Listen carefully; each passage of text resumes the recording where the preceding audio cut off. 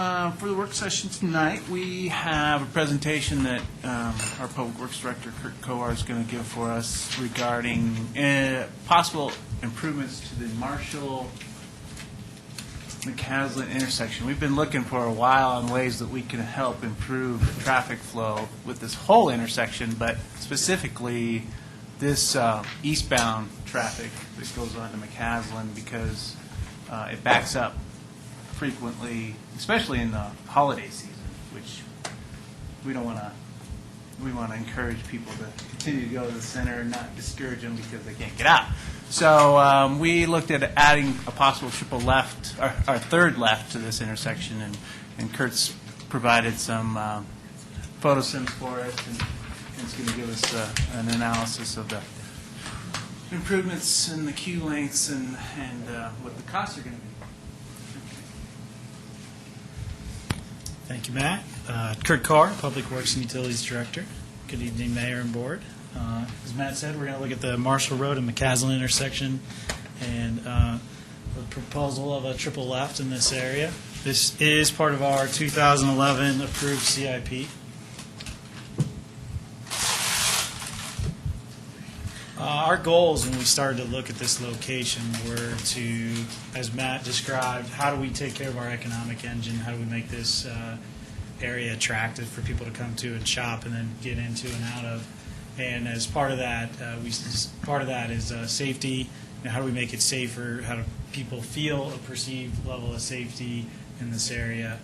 And what can we do with the different lanes that we have to increase our level of service, both at the intersection itself, which is in the lower right of this slide, and then also some of the adjacent side streets that access Marshall Road in this area.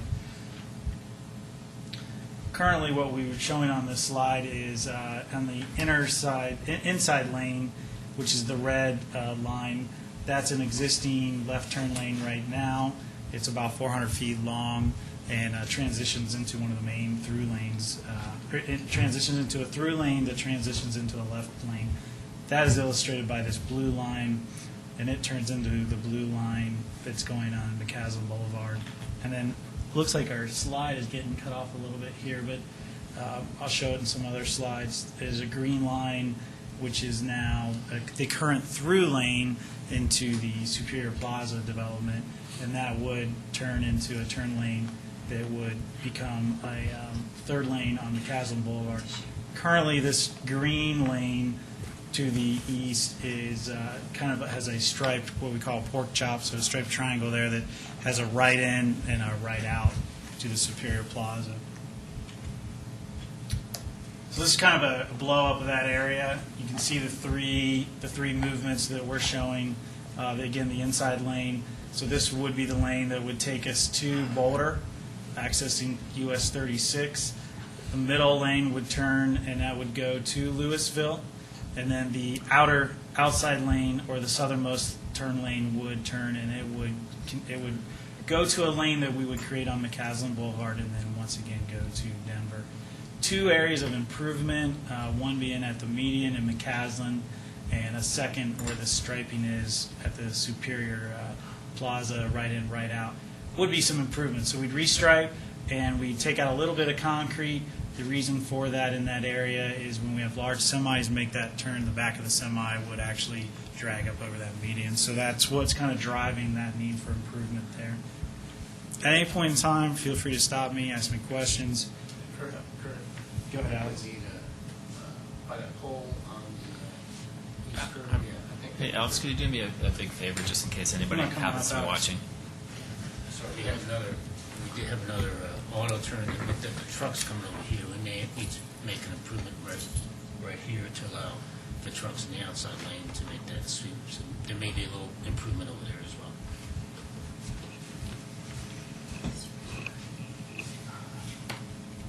This is kind of just some shots. You can see this off of Google, and you can see the person in the bottom. That's kind of the plan view looking at the median. That's what the median looks like in that area.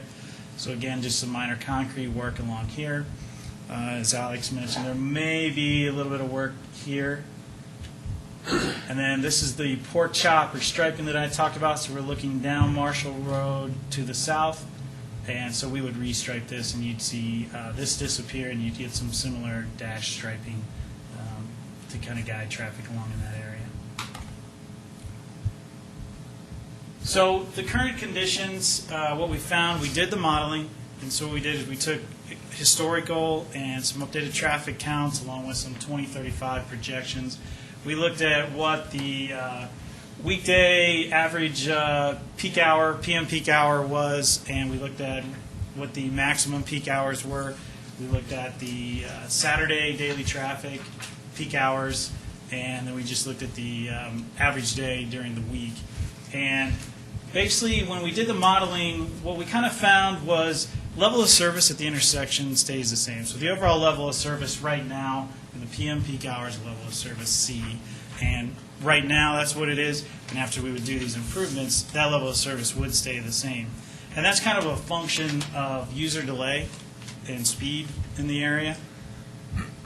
One big thing that isn't necessarily is attributable to the level of service label would be the queue links. And part of the modeling showed that right now in those areas we have almost a 400-foot queue length in our PM peak hour, and we max out our queue length in our inside turn lane, and right now we don't have much of a queue in our straight through.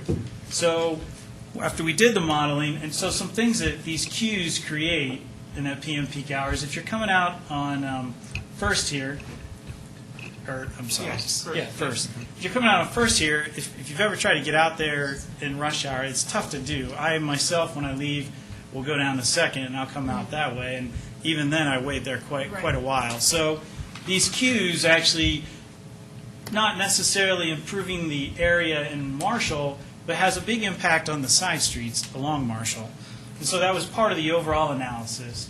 And after we did the analysis, what we found is most of our queues are roughly cut in half. So we were able to increase the level of service at Second, and we increased the level of service at First.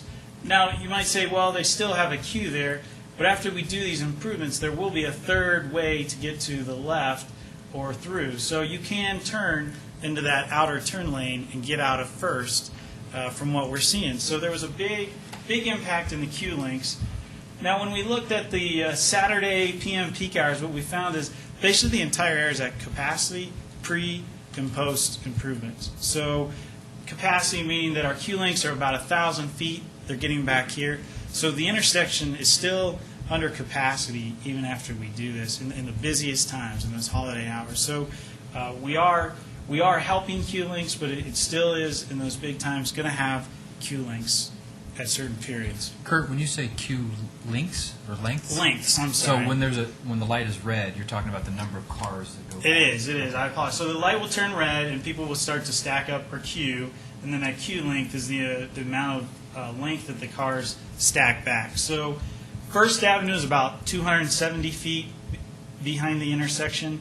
Second Avenue, I think, is about 500-600 feet, just to give you a benchmark when you're looking at these visuals. In your analysis, were you able to determine, of the people that were making the left, how many were actually going to Boulder, how many were going to Louisville, and how many were turning on to 36? Yeah, we do have that. I'm going to let Alex go into that detail. That's part of our updated traffic counts that we did.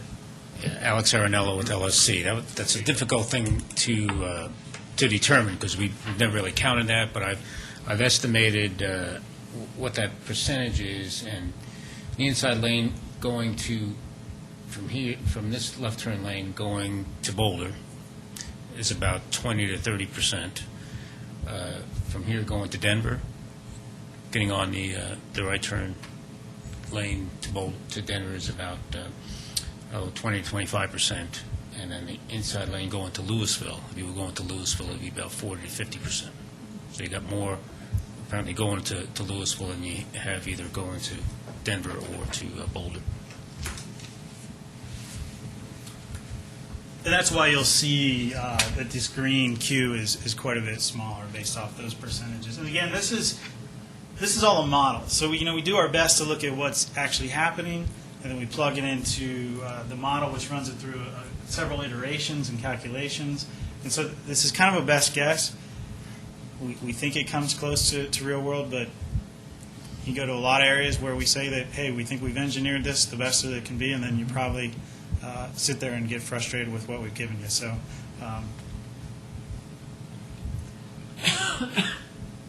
So the considerations that we need to talk about tonight are the cost versus the reward of this project, and how we'll want to sign this area, and you'll see that in some of the renderings. We have an option to just design it within the intersection itself. We also have the option to put up a much larger guide sign, similar to what you might see on US 36 or E470 Northwest Parkway type, big tubular. I have a question. I wasn't sure when to ask it, but I think it's probably now. Is it okay to ask the question? Actually, probably best for us to go through make sure that the board doesn't have questions, and then we'll have plenty of time, if that's all right. Thanks. And then also how this aligns with the future town center needs. The budget that we've kind of been working with, and that is approved in the 2011 CIP, is about $100,000, or it is $100,000. The improvements that we need to contemplate in regards to concrete and certain of the yellow signal heads that contain the lights would need to be replaced and reprogrammed, and striping somewhere in the range of $20,000 to $40,000. And the overhead sign, a big tubular overhead sign, is probably around $60,000.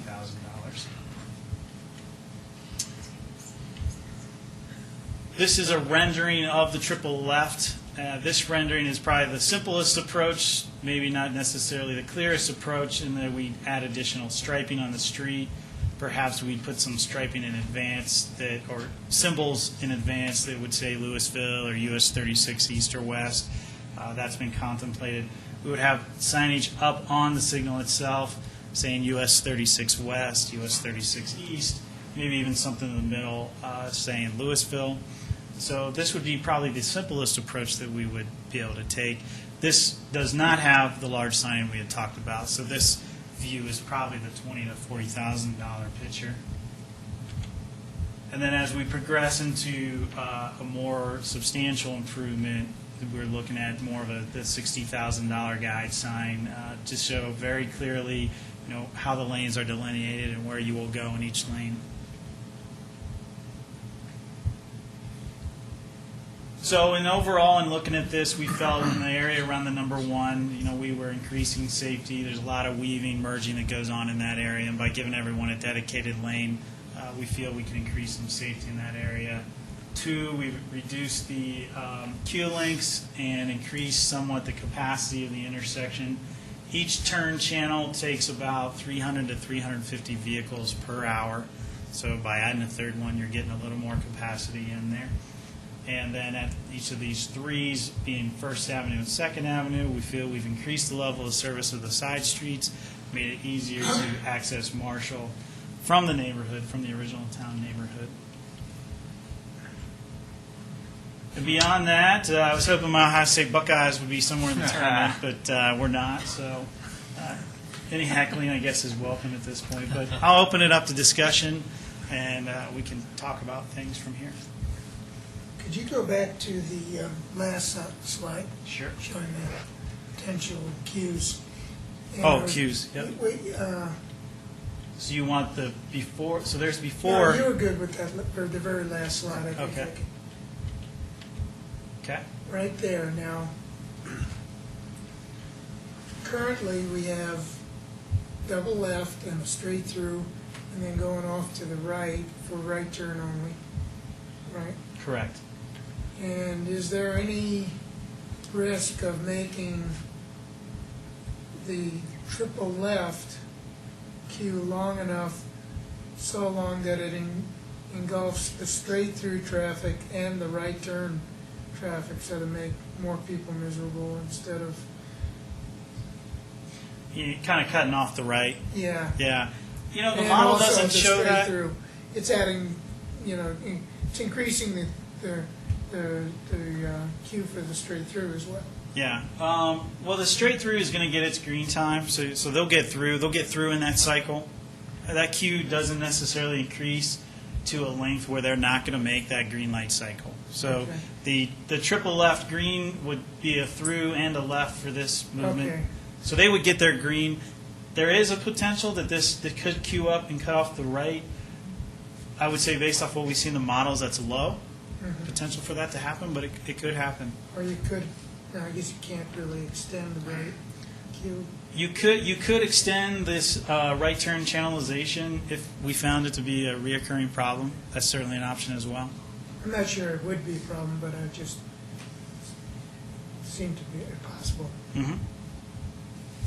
I had the same question though about going to Boulder, the Boulder traffic. So if the bulk of the traffic is in the middle lane going to Louisville, and it's stretched back because you've queued them up, you've told them that they've got to be in that middle lane, cars coming on that are leaving like the Target shopping center, they're right back here, and they want to get over and go to Boulder, are they going to be stuck back here and miss the light?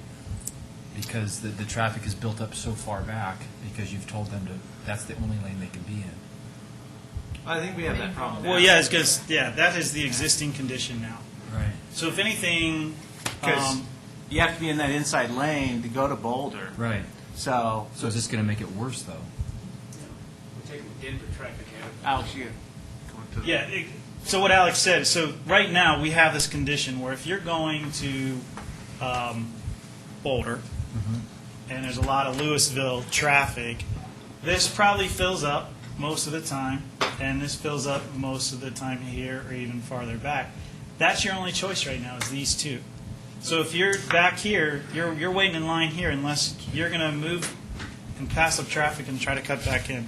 That is what we have right now. So after this improvement, we are providing guide signs, but I mean, I guess people can always, if this queue's shorter, you could actually drive down here and get in this queue, make the left, and merge across. It's not what we recommend, but I think there's more opportunity to make a cycle if the queues are long than there are now today.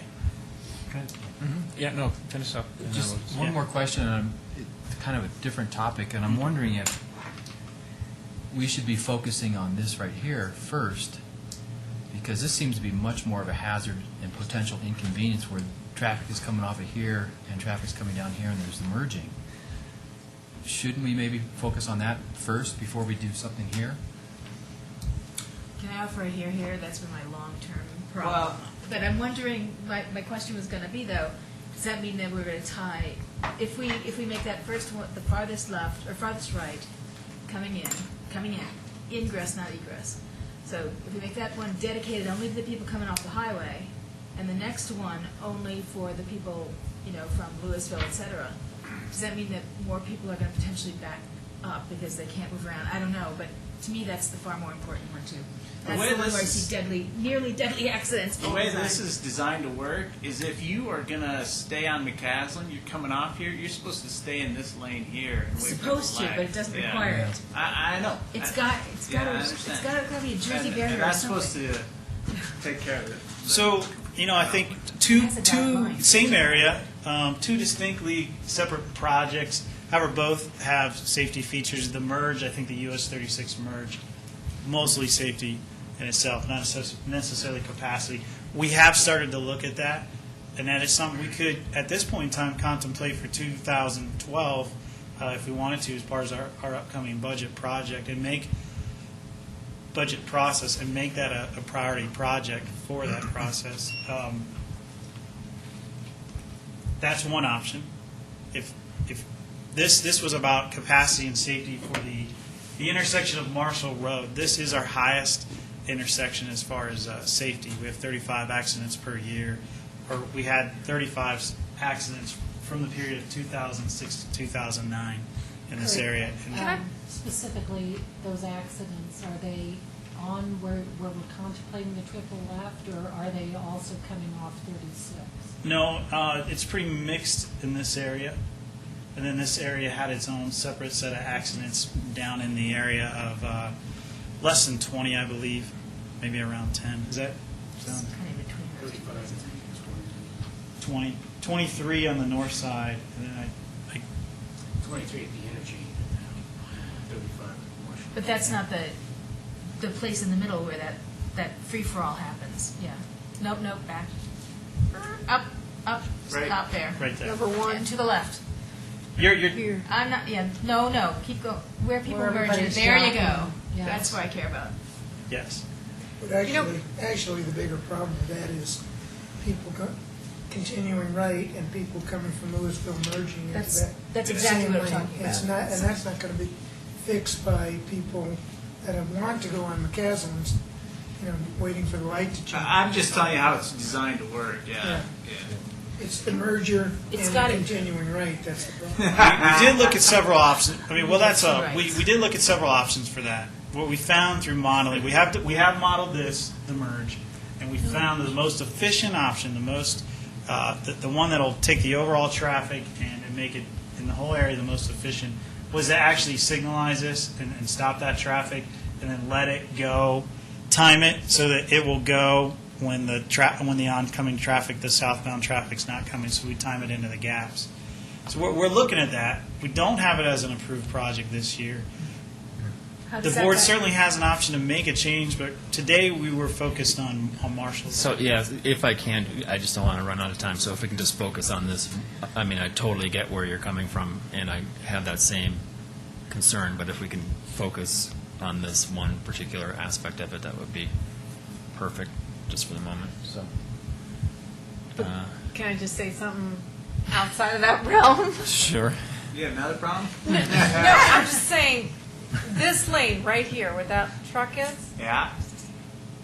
when was it allowed to come here? When was it allowed to make a right turn? It's required Oh, to. it's- Yeah, it No, current- this one is, right here. Yeah, that's You the drive dangerous like I do. Right here, what's this one? So where the semi truck is, you can go Supposed to go left or you can go right. Yeah. That is set up to go How that long way. has it been that way? Yeah. Ages. You know, Now, I- most people don't do that. They I come in never and take saw- the, Take that. yeah. It's signed that way. I did it Always right that take way. that. I always take it because I want the light. I'm You're terrified all- of these All right. merging. To be honest, I've never Once seen again, anybody take that. You're all confessing to not reading the sign. Perfect. If we Saying. could, yeah, if we could, so Lisa All right. and then Deborah. Move on. So I think my other, assuming that people won't remember from one time to the next, I think that we need signage not only where you had it, but that's going to be too late for people who want to go left. I would think you'd need to have two sets of signs, and that gets really costly. Or else we need to draw it on the road, but then if it's a long line, then it's covered up. I don't know. It seems like that's not enough signage to me. Okay. Maybe the sign back here and then paint in the road, Boulder, Definitely. Denver. So kind of reevaluate the approach we've It's taken gotta with the be way signs. See if we can do a little more possibly, but staying within some economic feasibility. I had no idea those signs cost that much. Also then, Those big ones. keeping people in the lanes you want them to be in. I mean, have we contemplated Striping. putting those raised, whatever those things are called, to keep the Spikes? the lanes? The problem with those is snow removal. That's the biggest problem. Well, we would put a solid white line in there, so people, it would be against the law to cross them, although it doesn't really Yeah, stop or anybody. we're all talking about within the intersection, correct? Yeah, yeah. We would certainly stripe it. Deborah. Okay, so can you get to the picture, well, I'm just going to say page 14, but you're probably not on the same page. It is the one that I'm trying to has be. the tubular sign. Thank you. So I was thinking that, looking at that, the middle one is Louisville. However, in reality, Louisville is actually the one on the East 36 as well as the one in the middle. Because typically, if I want to go to Louisville, I want to get as far away from the 36 traffic turning going to Boulder as possible. So I'm not going to, if I were the driver, I'm not going to take the middle one. I'm going to take the very outside right one. Out here. That one, yes. So- because that is going to make it easier not to deal with the traffic jockeying for position when they're trying to decide whether they're taking 36 or going straight. Well, we're hoping, so if you're in the middle turn lane, So my point is, though, that the signage should reflect that. So it should say 36 and Louisville, each 36 Boulder and Louisville. The middle is Louisville, and then the last one is West 36 Boulder. Do you understand my point? Okay, Yeah, I you do. don't get my point? No. I got one person. I want to see if I can, so East 36. West 36, Louisville, Boulder. No, No, Louisville, the other one no? should say that. So I understand where you're coming from. So you potentially would have 2 lanes going to Louisville, the middle one and the right-hand side going to that. It drops. My answer to that is that there's not enough lanes on the bridge for that to occur because one lane goes away. Right, so that right lane, when you make that turn, you come into a lane that right here goes away.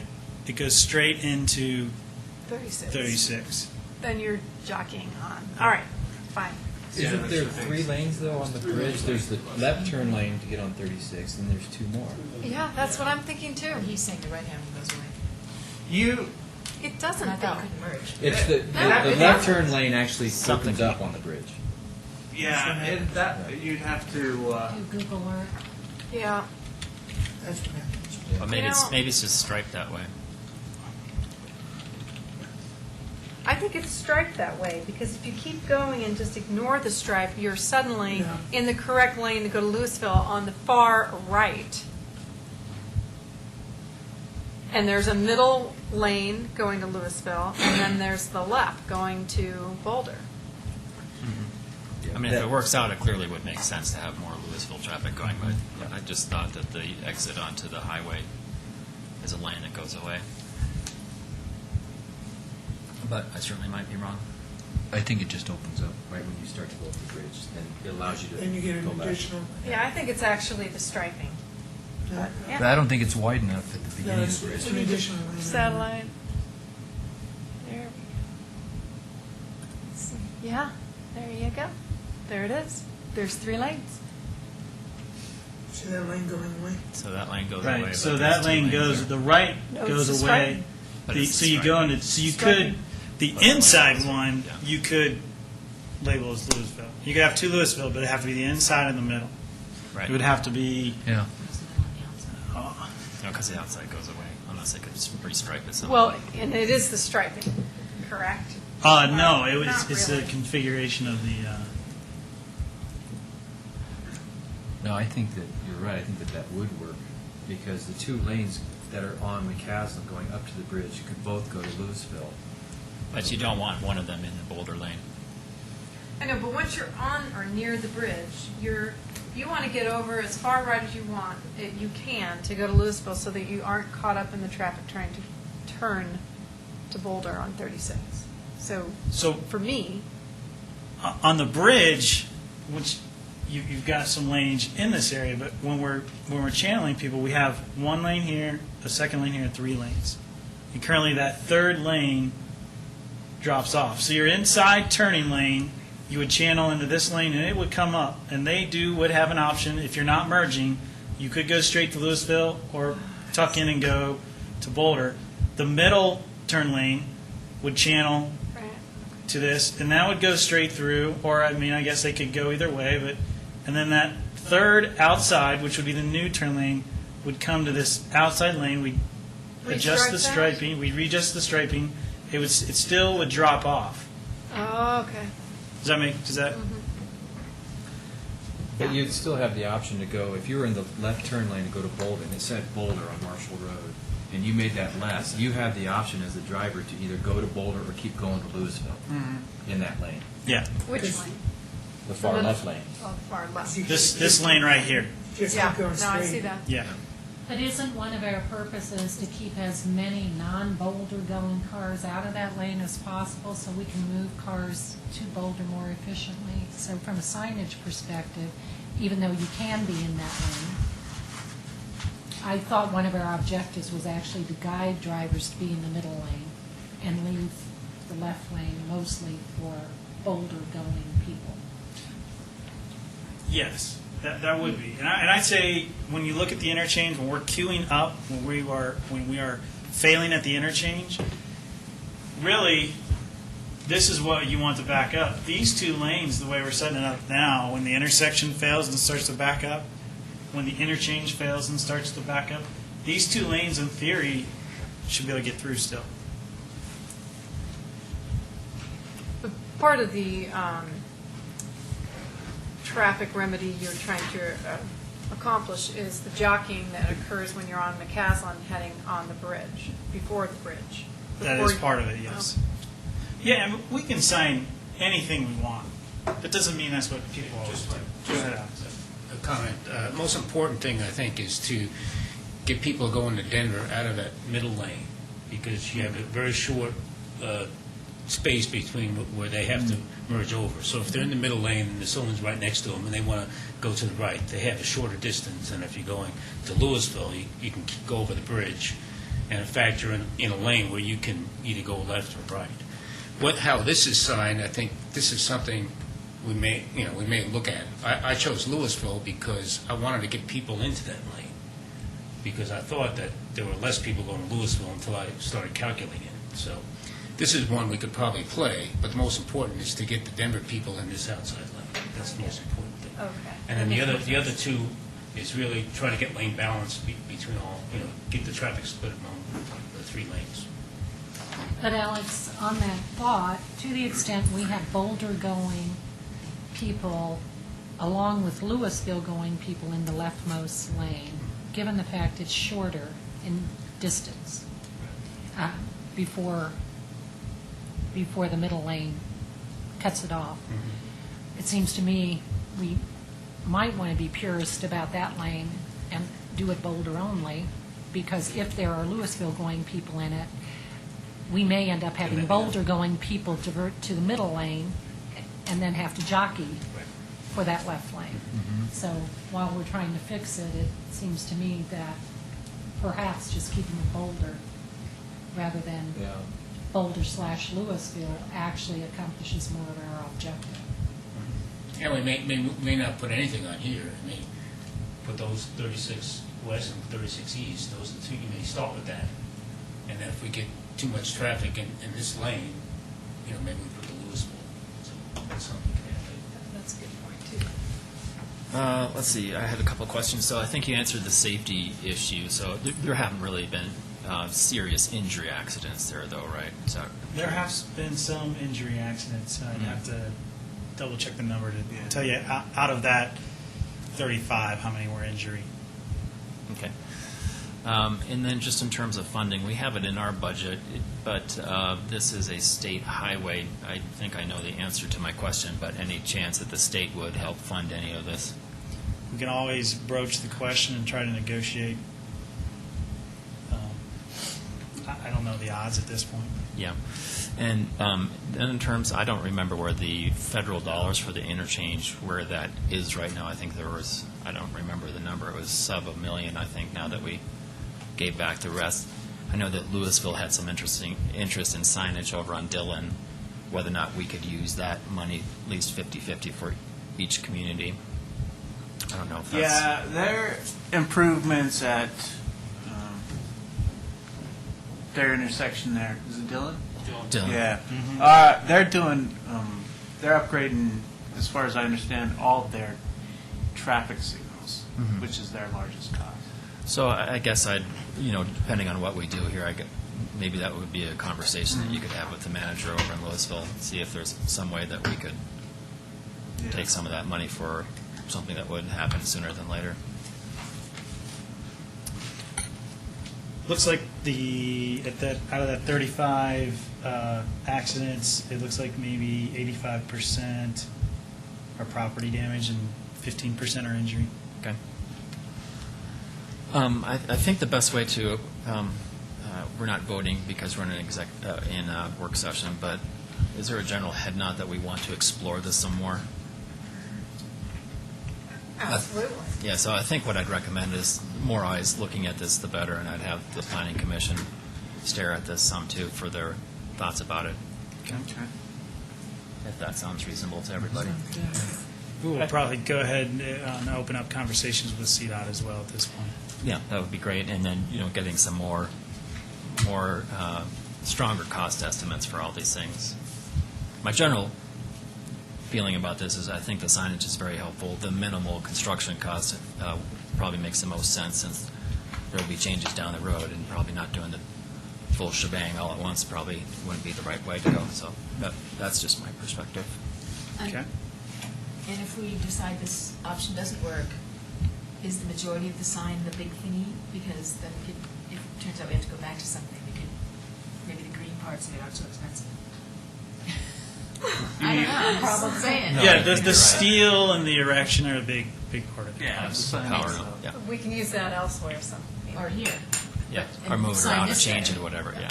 Because I I still agree. don't get that double right turn thing, so. Yeah, we'll just put Morgul Right. Classic on the old ones and prop them up on race But or anyway, something. not that I want to waste. Okay.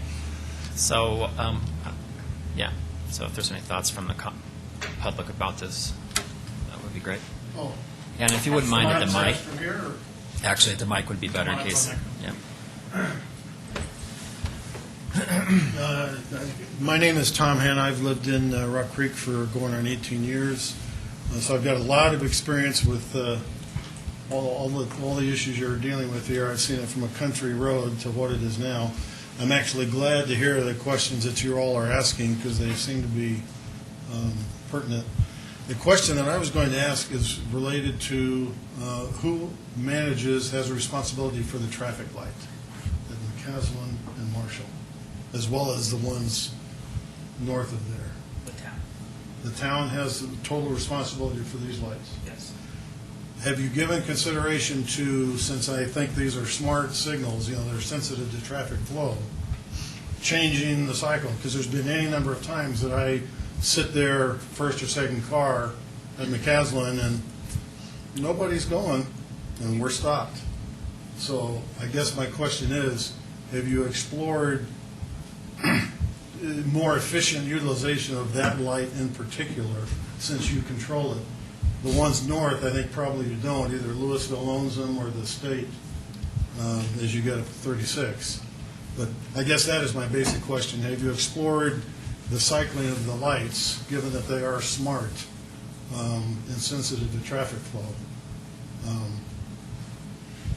Yeah. So, anybody want to chime We in? have, I think, maybe Sorry, more if we could- detail on what movement. At the mic, if Are you- You're driving Could- Marshall. and could- you're- Yeah, ding, ding, ding, thank you, just, yeah, sorry. So, I feel like I'm the to- moderator yeah, here. no, that's great. Well, it doesn't, I drive this intersection a lot, at least daily, and frequently several times a day. And my question isn't specifically coming on Marshall to McCaslin, it's other directions, coming from McCaslin, turning left or coming right, and I certainly agree, I don't remember who it was that said that, the problem at 36 coming off and people merging, that's probably a more serious problem accident-wise than this one is. But, so that's why I was wondering what you can do, given that you control those traffic lights. Is there not some more intelligence that could be put into them that would give the left turns, push more traffic through there? I think the short answer to that is yes. The signal system is synchronized, and we try to program it in the most efficient manner. The longer answer, I would be happy to sit down with you at a later date, determine your exact areas of concern, and see if we can increase our level of service from whatever perspective you have. I'm not sure I can answer that. And over the years, we've tried, Alex has been involved, to try to make this intersection function as best as we can. Yeah.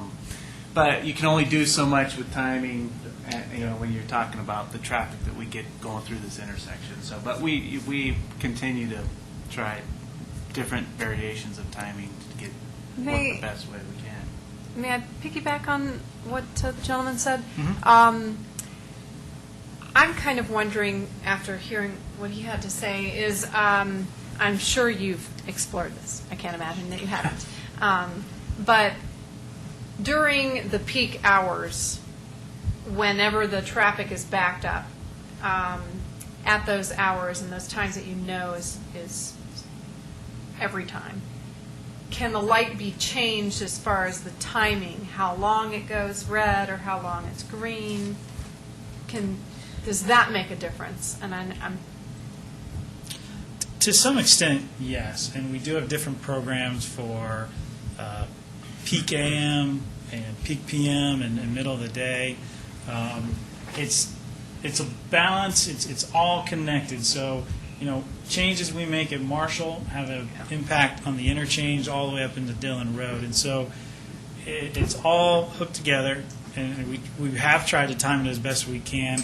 We have made changes on the north side of the interchange in the last 2 years to, you can't just go, you can't go from northbound McCaslin to westbound US 36 anymore without an arrow. We changed that away from just the green ball, just a permissive phase because of safety concerns. So that may be a perceived difference. We just made an improvement towards the beginning of the year. Previously, you would make a left turn prior to the traffic coming down, so you'd be northbound McCaslin going to westbound Marshall Road. You would turn left before the traffic heading south got the green. Now we've changed that so that you turn left after this traffic comes through. We did that so that traffic wouldn't have to stop. So we have kind of been tweaking it. So would it make any sense to, like on Saturdays and Sundays, when it's really busy and Costco is like completely filled with every single parking space, that's when I notice the traffic is the worst trying to get out. Okay. Is there any way to change the light so it's longer there for people to make it out of that on Saturdays and Sundays? Is that something that can be done? We do that. We have plans for peak weekends in the fall. Before back to school is probably our peak weekend, and through Saturdays from Thanksgiving through Christmas, and we give more green time to the eastbound left on Saturdays and Sundays during those particular weekends. So that's part of our cycle. We don't do that normally during the rest of the year because the peaks, we get almost 1,000 left turners on our peak Saturdays and Sundays, and that's 1,000 left turns an hour. Normally the capacity of a left turn lane is 300 vehicles per hour. So it'd be 600 in this, and we're getting 1,000. And the way we're able to operate is that we don't have as much as you normally have at this arterial intersection on the other movements. So we're able to flow those through, but 600 is normally the capacity of the 2 lanes, and we get almost 1,000. So, Alex, did you say that you've already implemented We that light change? give 5 or 10 seconds more on those peak Saturdays and Sundays during those periods. The rest of the time we don't. Any other public comments?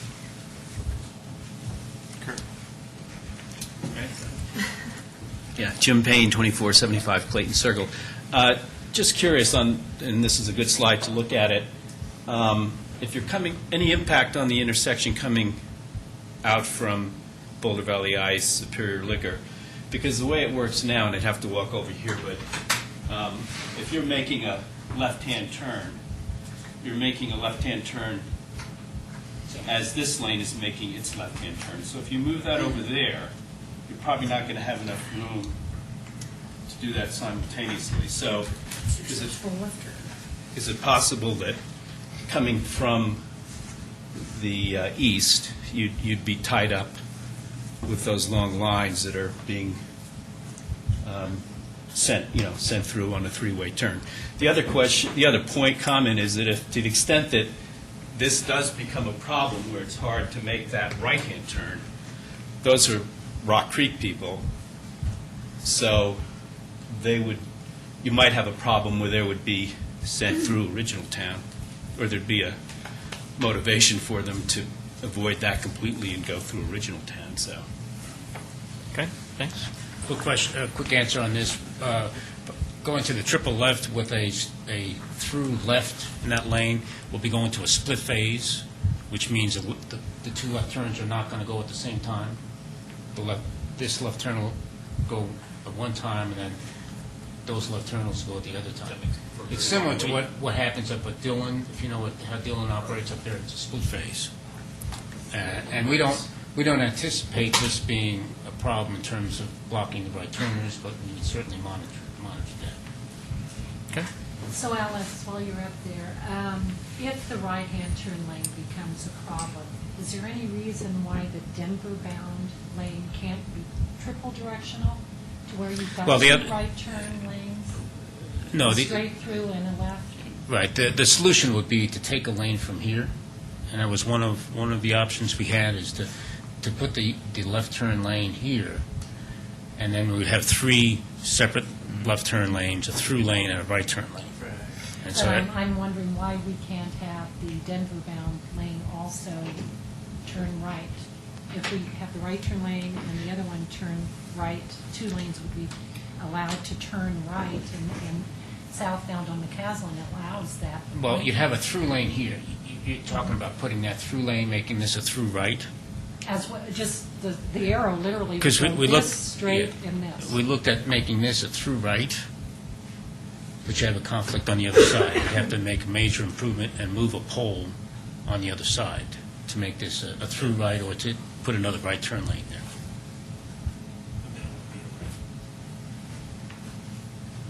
Yeah, I'll have to look at it when I'm out there. So we did look at those possible improvements, but there were some big costs in doing it.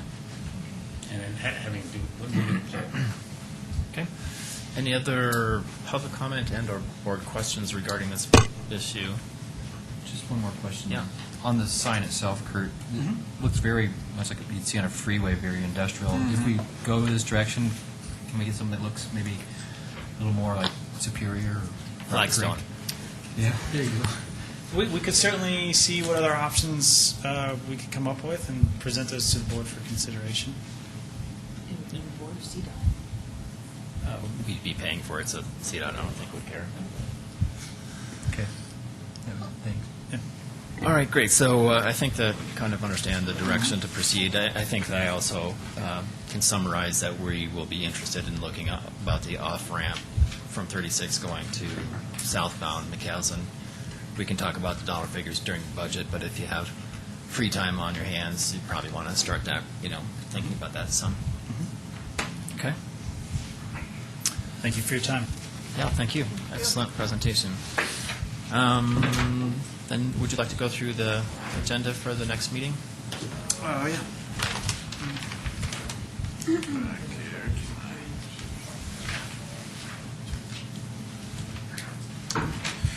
So, we'll have the 2011 goals come back.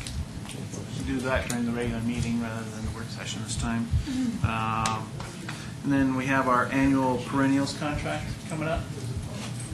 So we'll time that for our warming up season. And the big one is the 2011 street improvements contract that we'll be bringing forward for that. We had our pre-bid meeting, and those contractors are out looking at the streets and coming up with their pricing. Hopefully, the price of oil goes down before we get on. And then we have the public hearing for the mobile homes, which is Chapter 16. Great. All right.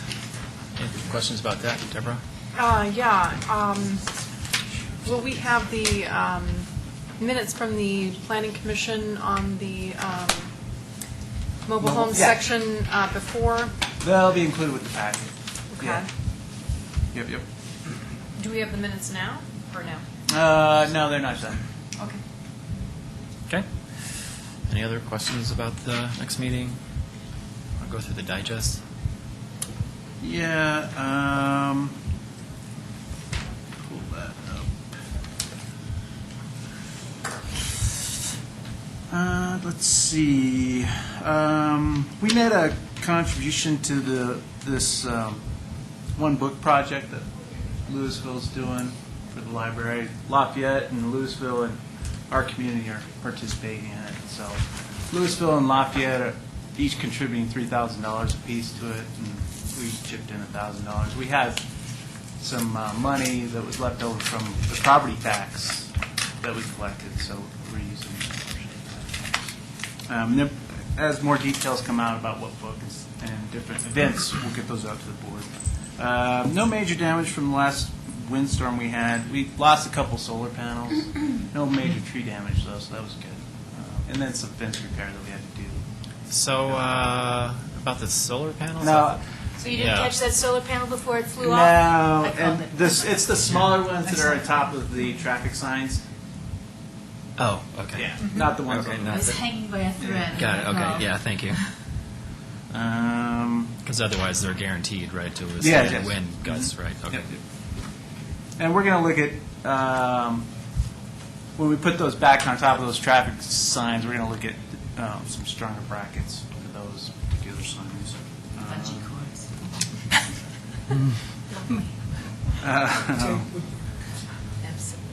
And then the only other thing I had is I'm going to be out of the office the rest of the week, but you can always reach me by cell phone if you need to. Happy spring break to you. Thank you. Spring break. Thank you. Okay. Unless there's any questions. Any questions about any of that? Then we have a few minutes. So we will resume the regular meeting at 7 o'clock.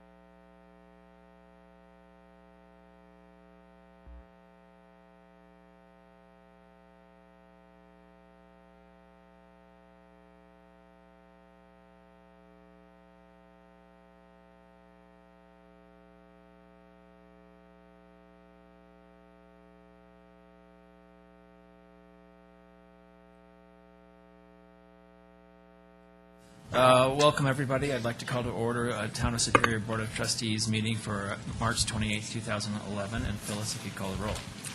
Mayor Andrew Muffle, Here. Mayor Pro Tem Elia Gregoris, Here. Trustees Joe Sorelli. Here. Chris Hansen. Here. Sandy Pennington. Here. Lisa Skumas. Here. Deborah Williams. Here. Town Manager Matt Maggie. Here. Town Attorney Kendra Carberry. Here. Town Clerk Paul Sargent. Very good, thank you. That brings us to item number 3, approval of the agenda. I'll entertain a motion unless there's any changes. Trustee Gregoris? I'd like to make a motion to approve the agenda as is. Second by Trustee Skumatz. Any discussion? Trustee Williams? Can I just have one question? Yeah, if it's a question, It's a question. sure. Just wondering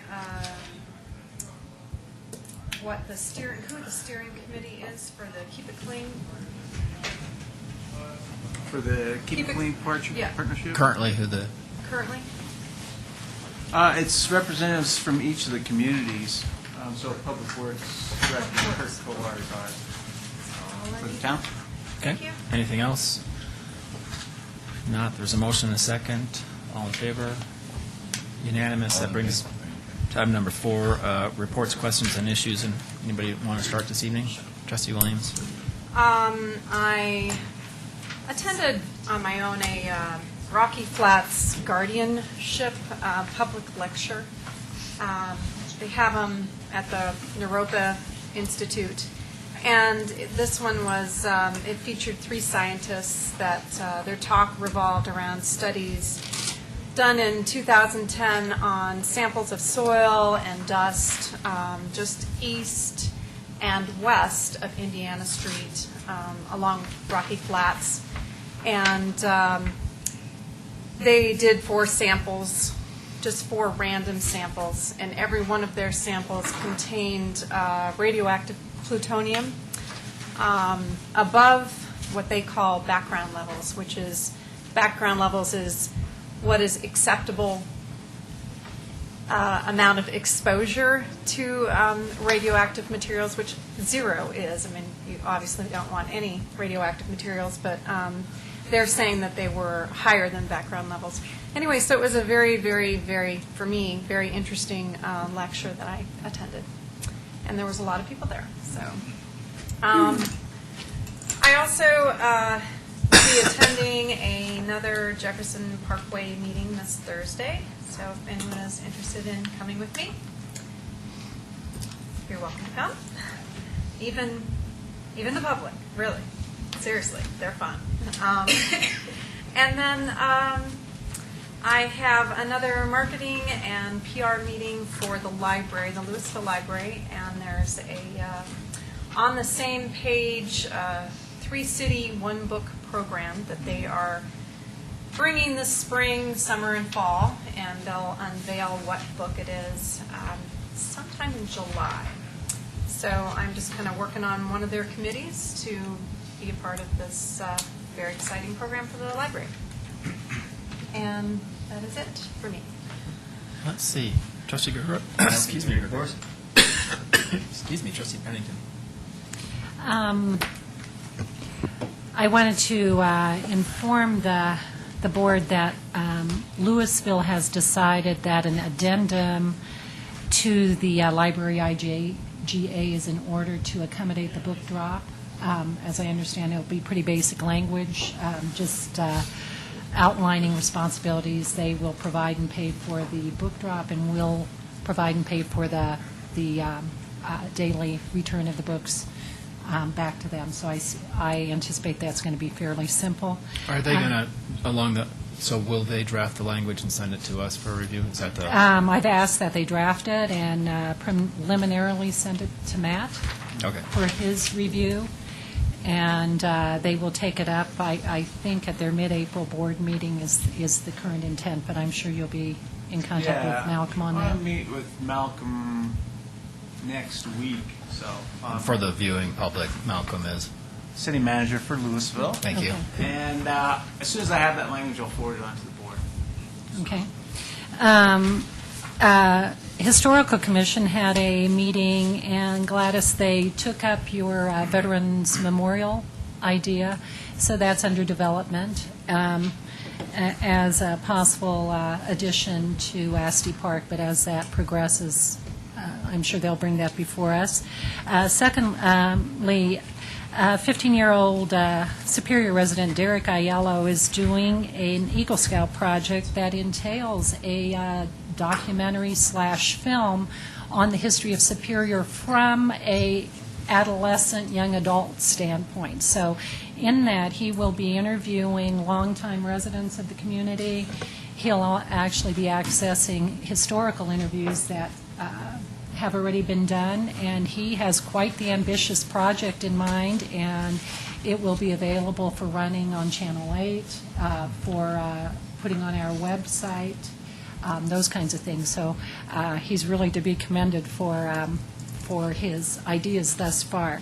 Will he be interviewing George to find out what it was like when you were a teenager? George's name was mentioned, Gladys's name was mentioned, a lot of the historical residents, Denzel, and yeah, I think it's just a great Eagle Scout project.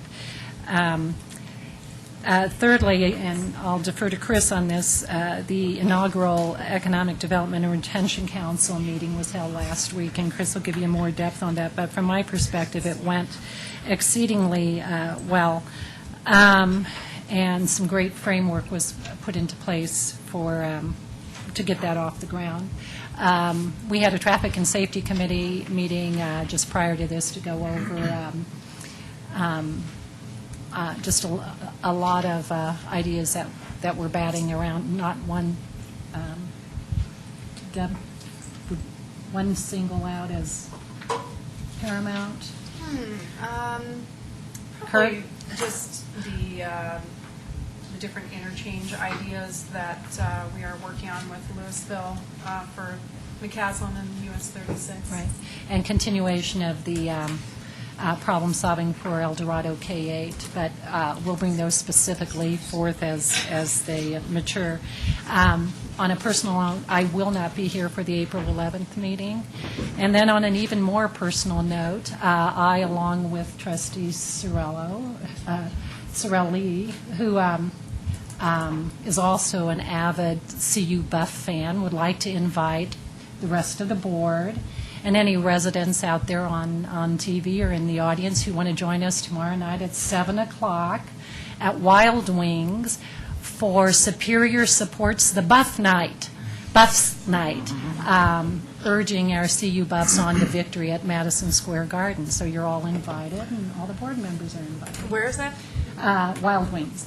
And it's been publicly noticed, so if you have an issue you want to bring up with one of the trustees, feel free to do that. Do it at halftime. So are you wearing black and gold then? And I that. I thought that would probably be a given, but yes, go Buffs. Very good. Trustee Hanson? Yep. I want to recognize Ed Johnson and his crew once again for the quick response to the water leak up on Mount Sopris and Castle Peak. I went out for a run yesterday, and there they were hard at work on a Sunday afternoon. So great job to your crew. You got a good crew of guys. I'm very impressed. Courage has changed. Liz Oster's foundation. I wanted to get the board's input on if we could do any donation to her group. She's doing a public service announcement with Abby's Voice, and it's going to cost them about $15,000, and she's trying to raise some funds. And I'm wondering if the town has any resources we can throw her way. So the short version, I think, I mean, we can have a discussion about this, but we did have at one time budgeted amounts for grants and things like that, and we took took them out of the budget. So I don't think we'd have any access to any cash because we didn't budget for it. Okay. Unless you have some other thought about it. I believe we still have the contingency line, which it's in non-departmental. It's not.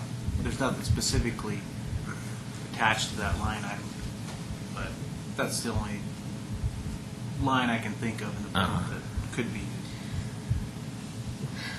I think it's. I mean, it's. I know Liz. It's a great organization. Would be happy to support her, but, I mean, just, I think that we need to be careful about our budgeting. I think that, I'm not sure Yeah, if that we were we going to have go that access. road, I'd rather see us re-adopt the process and then formally follow a process of who is going to get grants. Okay. And we haven't looked at that quarterly grant in what, a year? We used to have the quarterly grants. Oh, we've had some austerity measures. so that's Right, one of the- exactly. Well, maybe someone can address Yeah. in the budgeting process that. Yep. Rugby season. We start our youth rugby league tomorrow. We were supposed to start last Tuesday, but the wind was. I thought they were tough. Yeah, well, the kids they were being blown away. But we start tomorrow afternoon at 5 in Community Park West, and the season kicks off May 21st. We'll be playing against 14 other clubs from around Denver, and the championships are June 25th. So good group of kids, and we're going to have a big group out this year, so I'm excited about that. Economic development, we did have our meeting last week, and Matt gave a great presentation on the history of the town from an economic perspective, and he spoke about key economic centers around Superior, and it actually was such a good presentation that it took the whole time because it drew out a lot of conversation. So it was a good start. So I'm very thankful to Matt. And then our next meeting is scheduled for next Wednesday, the 6th. Thank you. Great. What time? At 6 p.m. here. Can anyone come to observe? So if there's going to be multiple board We'll members, go post ahead and that. post that. Yep. Anything else? That's it. Trustee Strelli? I don't have anything to report except one additional point regarding the Buffs and their game tomorrow night. As it was aptly pointed out in the camera today, the only Big 12 team remaining in postseason play is the University of Colorado. So let's go support them. Can I add that the second to the last was the Kansas Jayhawks? Trustee Skumas?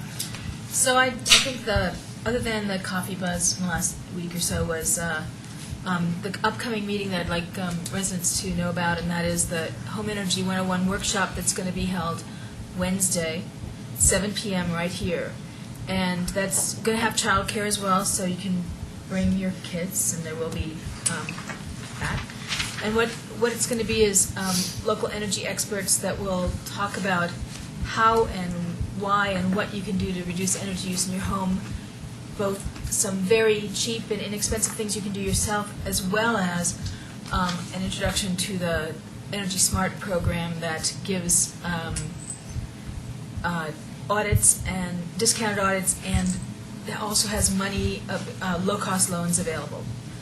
I think you can really affect the efficiency and the comfort in your home, and if everybody else's homes are like the few board members I know that have gone through similar programs, there's a lot to be gained. So I think this would be really cost-effective for tips for you, and I would highly encourage. And again, it's Wednesday, 7 p.m. right here. Childcare will be here.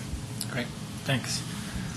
Let's see, I didn't have any meetings I attended. There is a meeting tomorrow with the CDOT director discussing various issues. Jefferson Parkway is kind of the key. We're trying to set up a meeting with the governor. This is the first step to that. I can't actually attend that meeting, so Trustee Williams is going to do that in my stead, so I appreciate her assistance with that. There appears to be that every week I talk about the Tiger Tifia grants and the $10 million in congressional appropriation and various attempts to claw back, or not even rescind, but claw back the money that was granted to the US 36 corridor. It appears that that money is actually going to be appropriated, which would then make that safe for our further evaluation. That's up in the air. That's not a foregone conclusion, but it appears that that's going to be the case, and that's very positive news for us. And then I had the chance to review our snowpack up on our area over the weekend, and I think that we're going to be in good place for our snowpack. water, so, yeah, that's all I had. Town clerk? I don't have anything. Town manager? I don't think I have any. Okay. Town attorney? I don't have anything. thank you. All right. That brings us to item number 5, public comment on consent agenda and non-agenda items.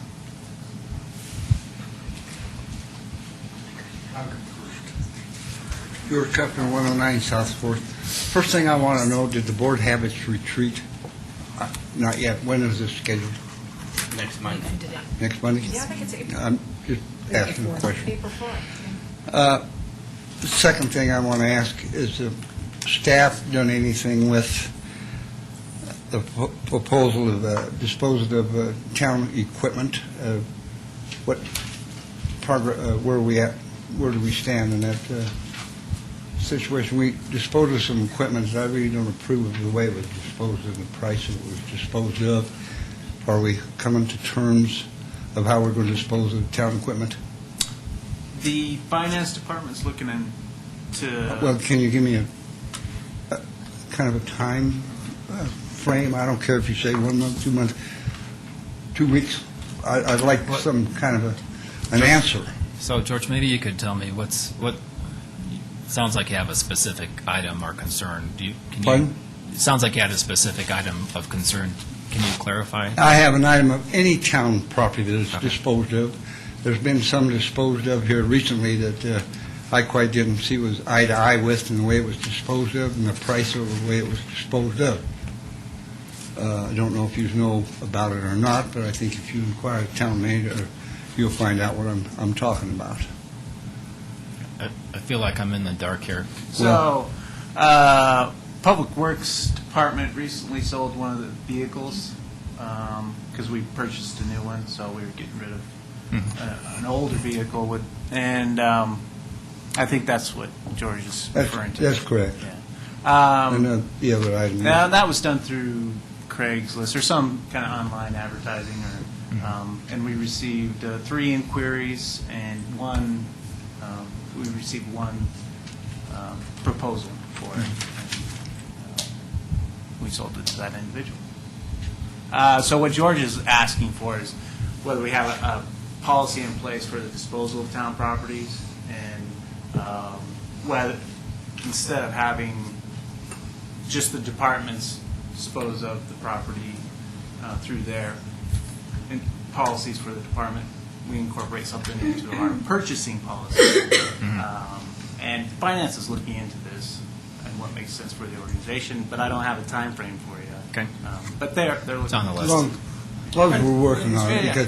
because some equipment, let's get down to the point here. Some equipment was sold with the truck. The truck was a 2000 truck, and it was sold for $900, and it had some equipment on it that supplied other equipment uses on it. And they had a pump on it that you exercise your water valves with, went with that truck. So Okay. that's what I'm after. Yeah, your And point- another thing was... Your point's well taken. Okay. I think it's a good idea. Pardon? It's a good idea. Policy. But you know where I'm coming from, then. I hope everyone hears. That's all. I just want to know if we come along that and let me know if we do, you know. I don't want to prolong it until we sell something else the same way. That's what bothered me. Okay. Thanks.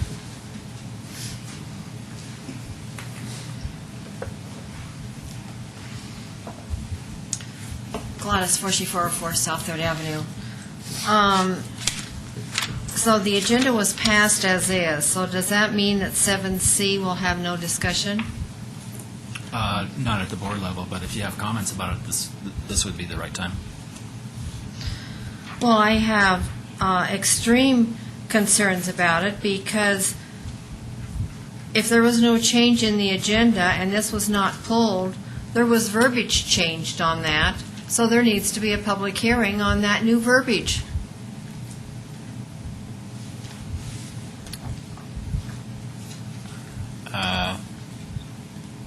Kendra?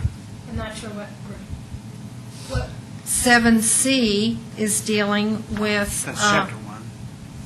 but I'm not sure what the verbiage. the entry scenario.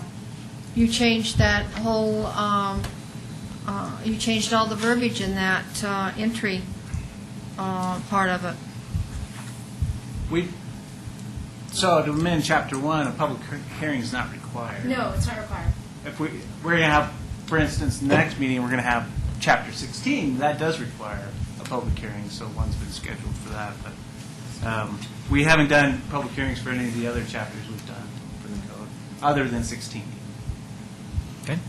But there was massive verbiage changed in that from the last meeting. So why is there no comment from the town board, no comment from anybody else but me that complains about anything and everything, but that, I understand now's the time, that's the reason I'm bringing it up. But it seems to me like that should have been pulled and discussed separately. Well, I guess my comment is I agreed with the language changes. I thought they were completely appropriate. And those came directly out of the first reading the board had on the chapter. So, but it still changed the whole scenario, and so therefore, it should have been pulled and had a separate hearing on it rather than what I'm doing now. Okay, but do you have a particular concern about that? About the language? I don't have a concern about the verbiage. I have a particular concern about the fact that the process wasn't done. That's all my concern is. Okay. Did you want to see something changed in it, or? I don't want to see anything changed. I want to see that the 7C is pulled off of this agenda and put in the process of going through any other step that any other project or any other ordinance would have been, that asking if there was any change between the boards rather than just accepting it this way. I assume that everybody from the board read it and didn't have a concern about it. So, I'm happy to pull it off the agenda, off the consent agenda, and talk about it. I just don't think there's any changes. That's what needs to be done. Fine. Not worthwhile arguing about. We will talk about that after the consent agenda. After the consent agenda? Yes. It's fine. Yeah. That's fine. Unless So essentially, we're pulling it. Okay. Okay. Pulling it only to approve it afterwards? Yes. That appears to be what the Yes. case is. Okay. I mean, I want to know, a fire ban has been put in effect because of we're not having any moisture. Boulder County, lots of other counties, lots of municipalities. I want to know, the town of Superior has open space now, and I want to know why a fire ban has not been put in here, and I want to know about the firearms. That is a state law that you have to have a concealed weapon permit to use firearms, and that is not the scenario in the South Addition to Original Town. so the so we have open space. Most of that's county open space that we have an agreement. County is totally separate from the town of Superior. That's true. So I don't think that we have, are we the lease owners of, title owners of any of those properties? I don't think that we are we? Maybe one. The Listoka piece and the Arsenal piece, and then the Oxner piece. So, in the county properties, those are going to have the fire ban that we don't allow, per our code, we don't allow open fires. So we have a permanent fire ban And in the place. fire ban on the open space there. So that needs to be, one, put on the website, needs to be put in the newsletter, the next newsletter that goes out, and there needs to be some sort of flyer or something gotten out to people in Original Town that this fire ban is enforced, because we continue to have the firearm discharge. Well, fire and firearms are different. So if you have a concern about something illegal that's happening, feel free to bring it up at the meeting. Otherwise, I would call the sheriff that does our enforcement. So I understand, but the sheriff can't be everywhere all the time. that's true. And there is no reason why there cannot be a fire ban put in in effect on these properties that. They're permanently in effect, is I guess all I'm saying. I understand that, but the average John and Jane Q. public does not understand that. Okay. And then you get into the young generation, they don't want to understand. Okay. In terms of the discharge of firearms in town, you can't, that's also permanently prohibited. So that's another one of those things that if something comes up, make sure that you tell somebody to enforce that, because we don't allow that in town per our code. So can there be some sort of media blitz or something put out about that? Put on the website, put in the newsletter? I guess we can, but I think it's probably best to actually call somebody so that they can actually, the sheriff's department can come down and have a conversation with them. I think that's a very effective communication tool for a young person. And if we're talking about the discharge of firearms in town, I would strongly suggest people call the sheriff's office on that. And then as far as the fire ban, that's on the website as far as the county's fire ban. I'm not and then talking we about can- the county, I'm talking about the town of Superior. And we've had that You can information. you can add something that says, we're in alignment with what the county fire we've ban had is. Same, that you can do information in the that. newsletter in the past. That's so. not a big deal. Okay? Or just quote the actual, Yeah, the code. the Yeah. code. Yep. Number 9 and number 10 basically go together, but they are separate things, and it is my understanding that is a public hearing, and so there can be public comment at each one of those, is that correct? That's correct. Additional public comments? Seeing none, we'll move to item number 6, presentations, which we don't have any tonight. That brings us to the consent agenda, and on the consent agenda is approval of the minutes for March 14th, 2011 Board of Trustees meeting, acceptance of the minutes of the Planning Commission meeting. Let me tab over to the next page, and adoption of a resolution approving an intergovernmental agreement with Keep It Clean Partnership. Is there a motion to approve the consent agenda by Trustee Skumat, second by Trustee Williams? Discussion. Did we pull C then? We have full Yes. C, okay. Phyllis, I think we're spending a little money. Sorelli?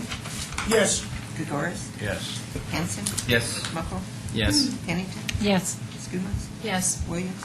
Yes. Okay, great. That brings us to what was 7C, final approval of an ordinance amending Chapter 1 of the Superior Municipal Code. Mr. Magley, do you want to review that with us? Yeah.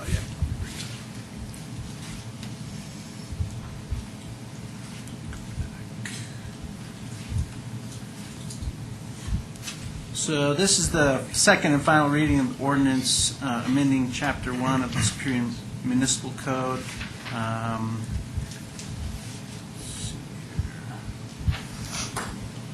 The significant changes that the staff made from the first reading that the board had was Kendra, our town attorney, rewrote section 1.4.10, which is the entry section, to make it clear as far as who specifically can access a property. And then we changed the maximum fine section, which is 1.3.20, for consistency, to make it the same throughout the code. And then just to provide us a little bit of coverage, we added section 2, which is on page 12, which if there's any discrepancies as far as the maximum fine, it refers back to this section, 1.3.20. Great. And then, did you want to speak specifically about the entry section? I'm happy to talk about it. I just tried to make it a little clearer that the Constitution is still in full force. Good to reaffirm that. Thank you. I guess my comment is thank you for the rewrite. I thought it was very clear and very responsive and very helpful, so appreciate that. Any more board comments? Public comment regarding this issue? Okay, seeing none, I'll entertain a motion. Trustee Skumatz. I'd like to move Town of Superior Ordinance Number 0-3, Series 2011, an ordinance of the Board of Trustees of the Town of Superior amending Chapter 1 of the Superior Municipal Code. Motion by Trustee Skumatz, second by Trustee Gregoris. Further discussion? All in favor? Unanimous, thank you. And that brings us to, sorry. I have to get back to my agenda, sorry. Item number 8, discussion of the Hodgson Harris Reservoir Dam rehabilitation. Mr. Magley? Thank you. Tonight, we wanted to bring this forward to the board for consideration as far as direction to staff. Stakeholders group for this reservoir, which involves the county, of course, and quite a few of the entities in town, including Saddlebrook HOA and our Parks, Recreation, Open Space, Trails Advisory Committee, our Open Space Advisory Committee, as well as staff, and just interested residents.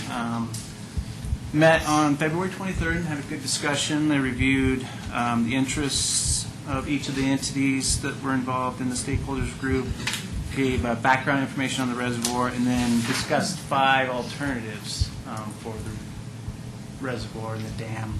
That's the main focus of this group and any repairs that we're going to do to that. I'm going to have Martin Toth, our Parks, Recreation, and Open Space Director, come up and just go over the 5 alternatives that were discussed, what kind of the preferred, I use that lightly, but preferred choice of the group was, the costs associated with those, and then hopefully we can get some feedback from the board as we go into their next meeting, which is scheduled for April 5th for the stakeholders group.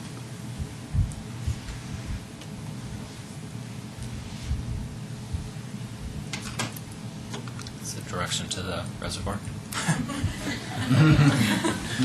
Something like. Thank you, Mr. Magley. Good evening.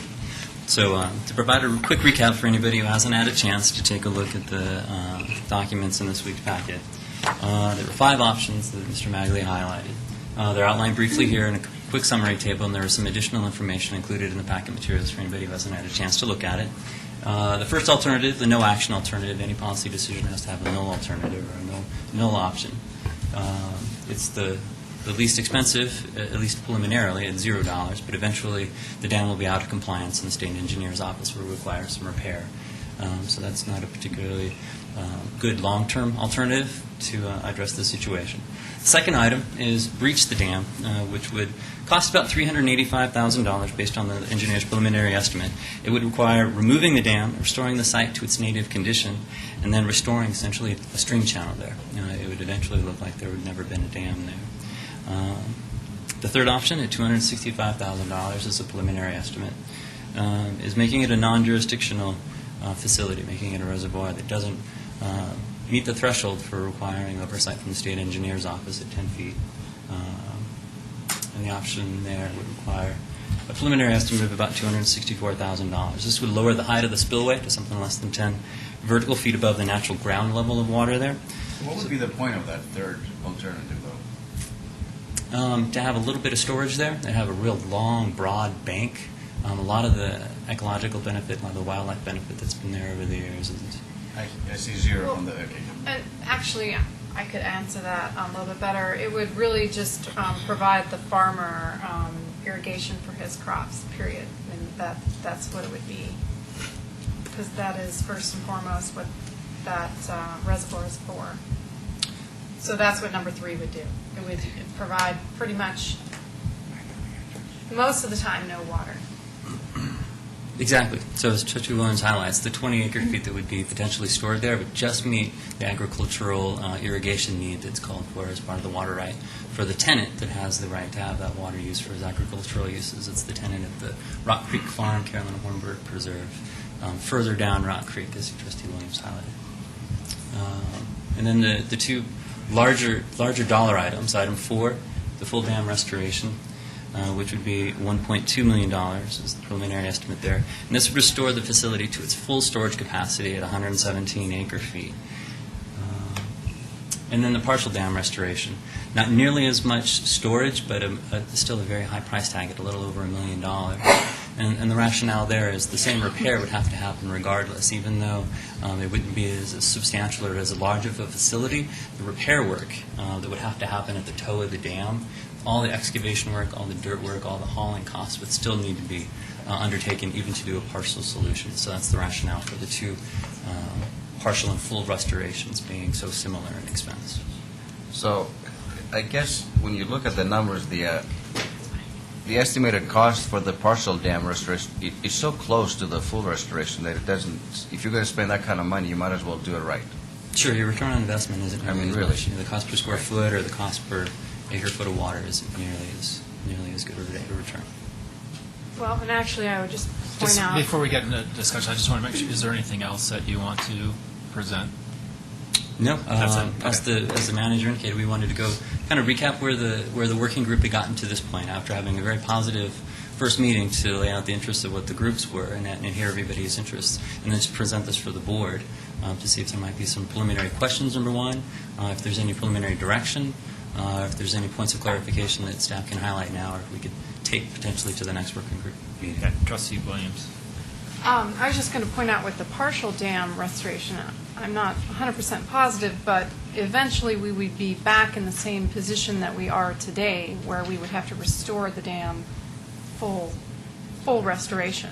Am I correct? I mean, at some point or another, you have to do full restoration of the dam in order to have some sort of capacity over 10 acre feet, or not 10 acre feet, I'm sorry, 10 vertical feet. Because this partial dam restoration doesn't repair the dam, it just creates some kind of riser, am I correct? I'd be glad to check into that. That wasn't my understanding of that solution, for that dollar expense, and then to have the bank have literally the problem at the bottom of the bank removed and then have it be refilled would essentially provide a long-term solution. So that wasn't my understanding of it, but I'd be glad to check into that. Yeah, I'm not exactly sure, but I just recall thinking at the time when we were discussing it that you would still have to go back someday because you would be in the same position where you have a failing dam. That wasn't my understanding, Okay. but again, I'd be glad All to right. check into that for you. I guess we'll have to clarify that. Sure. Trustee Gregorus, did you? Done. Trustee Gomez.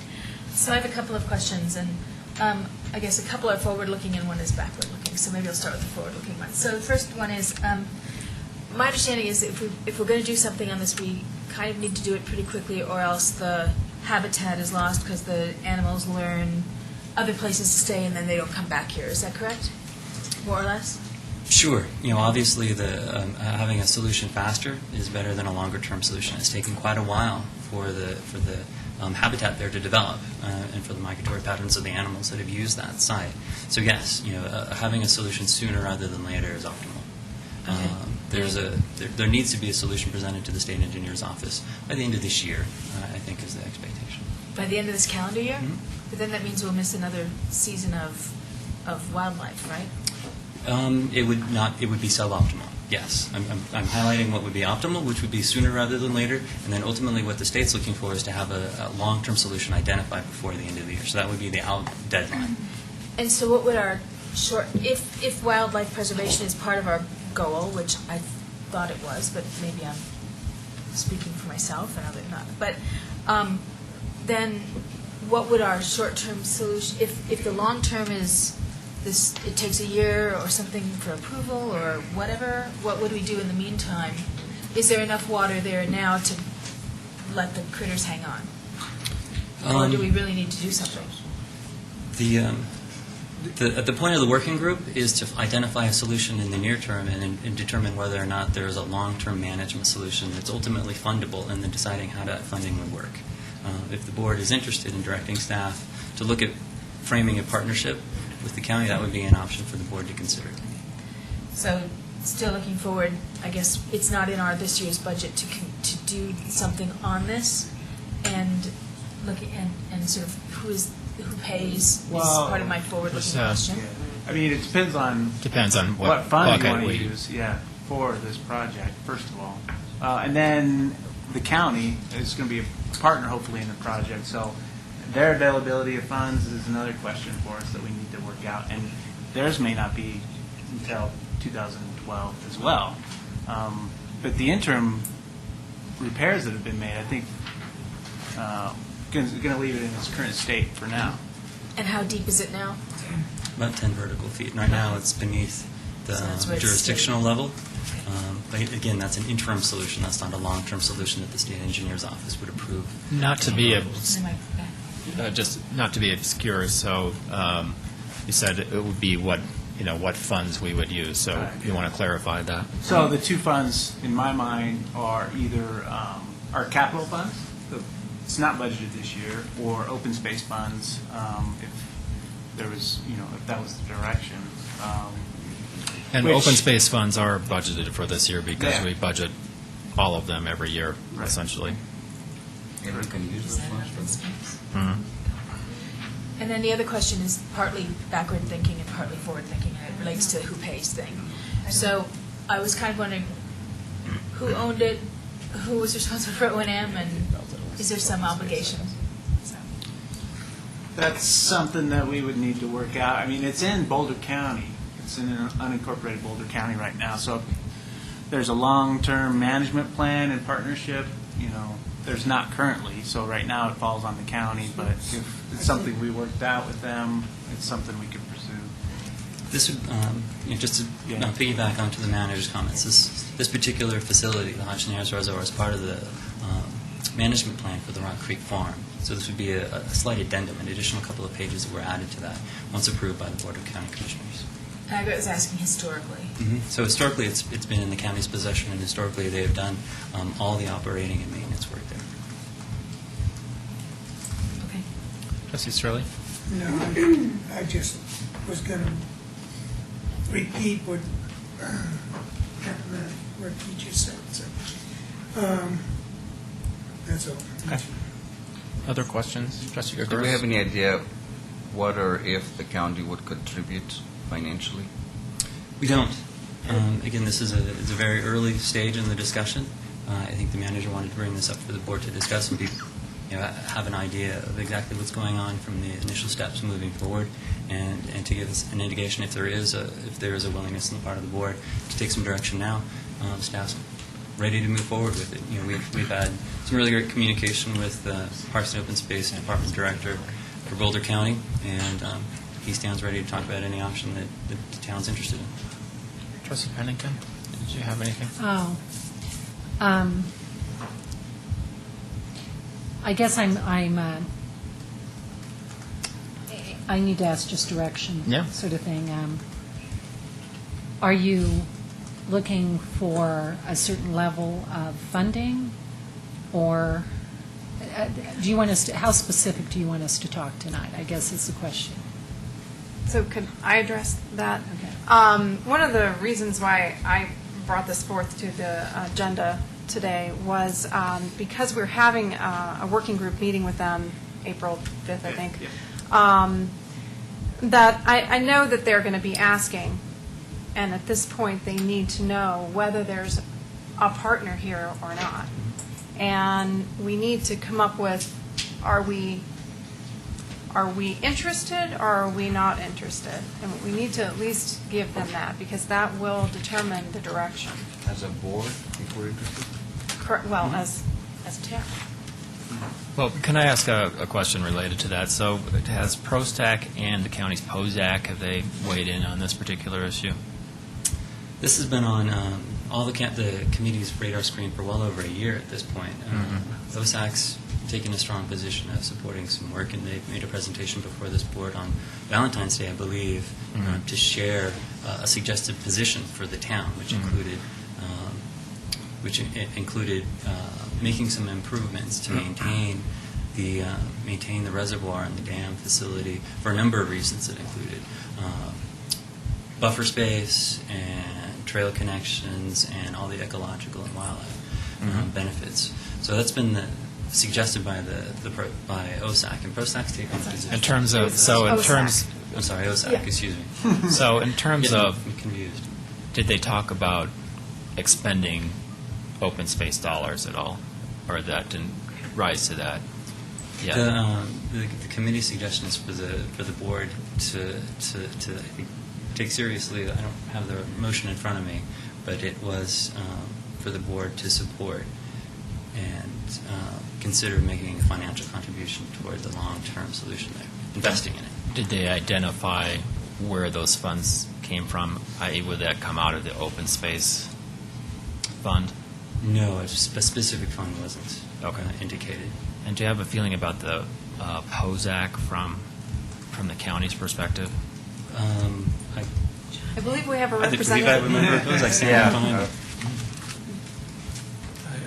John Nybarger on the town's POSAC as well as the county POSAC committee, and the county POSAC committee did vote on that. It was sort of a bit of a split vote there, sort of early on in the process, and I think the vote on that was that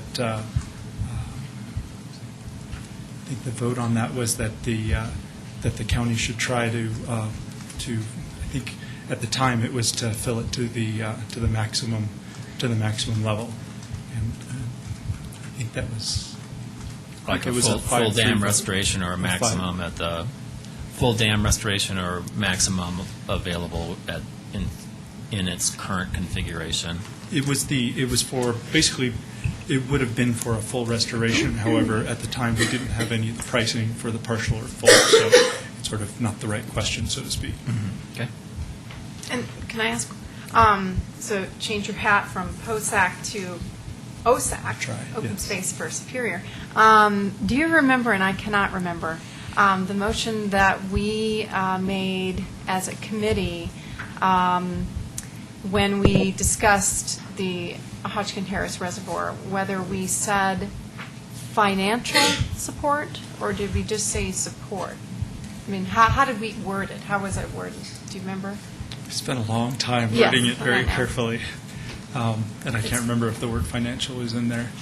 But we were trying to be careful to make sure that we were balancing lots of different areas, obviously, and So, I mean, I would just wonder from a board perspective if, Open Space Advisory Committee is supportive of spending open space dollars. I mean, that would be something I would want to know as a I board think, member. and we have at least three other members, pardon me, of OSAC here tonight, and you can stand up too if I say something untoward. But I believe that the sentiment was that this was a board decision where they thought that it would be best for the monies to come from, and I don't think there was neither a strong sentiment that money should most definitely come from open space funds, nor was there a sentiment that it should not, that it was the board's prerogative, because, so, yeah. Okay. So you did head nods? Oh, excellent. Someone gets to either help me out or. Hi, I'm Margaret Parrish from the OSAC committee, and I also live at 1547 East River Bend in Superior. And to answer your question directly, we talked about whether we would be wanting to dedicate funds for this purpose and exactly which option. We didn't know all the prices at that time, so there was no sort of commitment for a certain dollar amount or anything like that. But certainly the sentiment is that we wanted to help in any way we could to try and see this happen.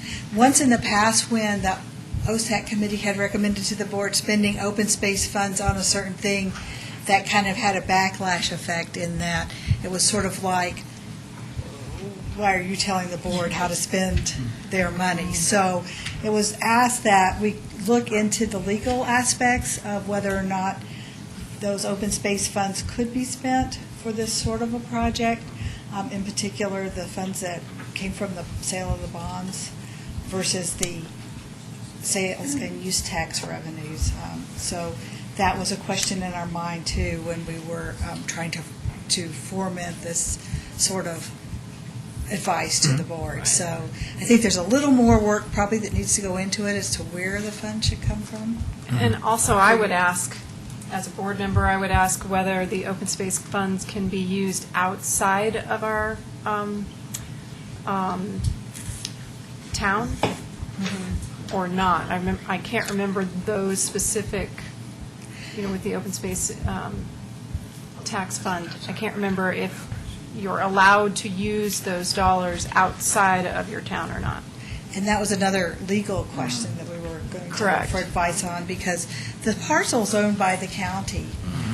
And we have worked together with the county on some other open space that we share and do different things with. So it might just require an IGA, or it might be more than that. So I think. Yeah, because in the past, we've purchased properties that haven't been annexed in the town. At that time, we purchased them, But if they were- but then we annexed them in later. Right, So- but they were conservation easements, right? Weren't they Well, easements no, of some sort? Arsenault specifically was purchased, Oh, that's- but it was still in unincorporated Boulder County at the time. But later on, we went and annexed it into the town. So. My general recollection of the ballot language is that we have some flexibility in that for this particular reason, but it's been a long time, so we would I'll have to. review the ballot language again, just to make sure. So I'm afraid we raised more questions than answers. No. No, but these are good They're questions. good These are questions. good questions to raise. I have a question on full dam versus partial dam, whoever might be able to answer it. Given the fact that the dam most likely has been leaking over some long period of time, when was the last time, or have we really, in recent history, even had a full dam? Where are we between that partial dam and full dam in terms of the actual shorelines and? Yeah, I think Martin's going through the official notes, but so the 117 acre feet, which was originally built in 1906, in 1995, when the state dam inspector came and ordered I think maybe that's when, no, that's right, it was in 95 when he ordered the 56 acre feet? 64 acre feet. It was in 1995, he ordered the 64 acre feet, so that's when it went down. So, yeah, so that was there, and that order had been well, all the way up until last year when they drained the dam. So the dam had always, the water level in the dam, I should say, has always fluctuated based on that 64 acre feet, usually less than that. So over the last, since 1995. Although I think before that, it wasn't a whole lot more than the 64 acre feet, ever. It was never at capacity. Yeah, that was something that was interesting at the working group that we had here last month. In that the farmers who worked the land said that they decided to put some more water in it when they noticed when they saw that Rock Creek development was going in, Saddlebrook was going in, and it wasn't. I mean, they could just store more water there. It wasn't anything overtly planned or anything, but that before then, and Deb was there too, obviously, that they had less water in it, and sometimes they would run it dry as well. So if they need 20 acre feet that year and there's only 20 acre feet in it, then they'll run it dry. So just so you said 1995? That was 1995, yeah. So for 15 years, what is 1995? 15 years. 16 years, yeah, 15 It's until been operating at somewhere closer to the partial level than to the full level. Am I interpreting you right? Right. So basically, the established shorelines, wildlife, flora, fauna, all that has been more copacetic with the partial dam level than it has been the full dam level. I'm just trying to get an idea of what it is we're used to having out there. Yeah, exactly. Okay. Yeah, actually, can I just add that the full dam level is like 117 acre feet, and it has never been at that full capacity. It was never used as that, but it was built for that. Right. Well, I'm actually just wondering here about the law of unintended consequences again. If we were to fill it full, I'm assuming it's going to take up more physical space, right? And isn't it going to flood the shorelines that we have now? What will happen, I guess, let me just make an open-ended question. If we were to do the full dam, what would happen to how it looks now? Would look a lot fuller. Fuller in depth? Well, that's the understatement of the year. I mean, is fuller in depth, John, or fuller in breadth? in area too. So as as the surface area increases, that extra foot on there adds a huge amount of storage volume. Probably a good estimation for how big that would be, and I don't know the exact number, but the fence line that the county has up going around the dam is a certain number of feet away from that high water mark. I don't know what that. It's like, I don't know, 25 feet or, whatever that easement, whatever that setback was for the land that was associated with the dam that the county owns. And so that would be a good guess for sort of, how full that would look. Because is the physical depth are they going to dredge it or make it deeper in any spot or just repair the dam? I think they probably do, they mostly repair the dam. I assume they do some dredging as well because there's some still built up. And then the other issue is having the water rights to fill it. Right, exactly. The county's got. I don't know if they have, the water rights to fill it to the full capacity. I don't know if that was discussed at the stakeholders group. Something else to consider. Let's see. Go ahead. One quick follow-up item to John's note. So the partial dam restoration, the full capacity would be about 45 acre-feet. So it would be somewhat less than what we've been used to. The pictures that John and Bob had in the presentation on the Valentine's Day presentation showed it about somewhere between 54 and 64 feet. So it would be somewhat less than that. So the partial dam solution would be reduced from what we've traditionally seen there. John Nybarger, POSAC again, I guess.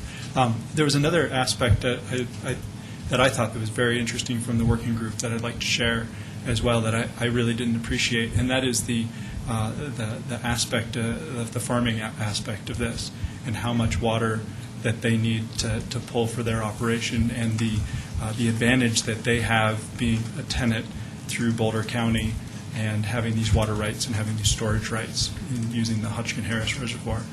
And from what the farmers were saying when we were at the working group meeting, they typically use about 20 acre-feet of water from that dam. So if the restoration, for instance, went only to 20 acre-feet, there's a good chance that they would pull it all the way empty. And if that happened near the end of the summer, it didn't get refilled, it was a dry year, there's a good chance that it'd stay dry all year round until the ditches opened again.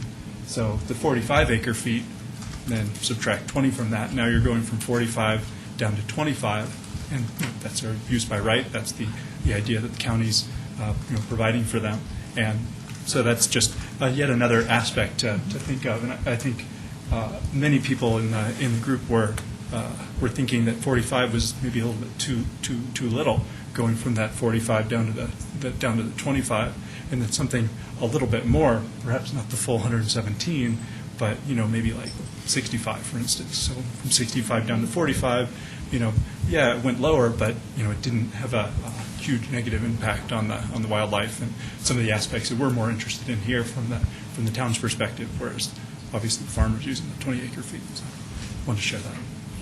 And I was going to share one more thing that I felt the same way about the farmer perspective was an eye opener for me, and. They mentioned that this being a reservoir is storage water for them, so that they can have it, year-round to rotate some of the crops and things that they were doing, and it gave them more flexibility. So they could do without it, but they would not operate at the same level as they would like to if they had the storage facility filled with water. So obviously, it's important to them to have the storage. So I thought that perspective from the farmer was, very valuable. So a question for staff. Who would, if we were interested in pursuing one of these options, who would be, we're here at a 5% construction analysis, what brings us to 30% so we can really understand what would happen out there? Would that be on the county's time? Would they expect us to do that, or how would that occur? We've got a meeting scheduled with Ron Stewart next week, so I imagine that would be part of the discussion as far as moving forward, and if the county's going to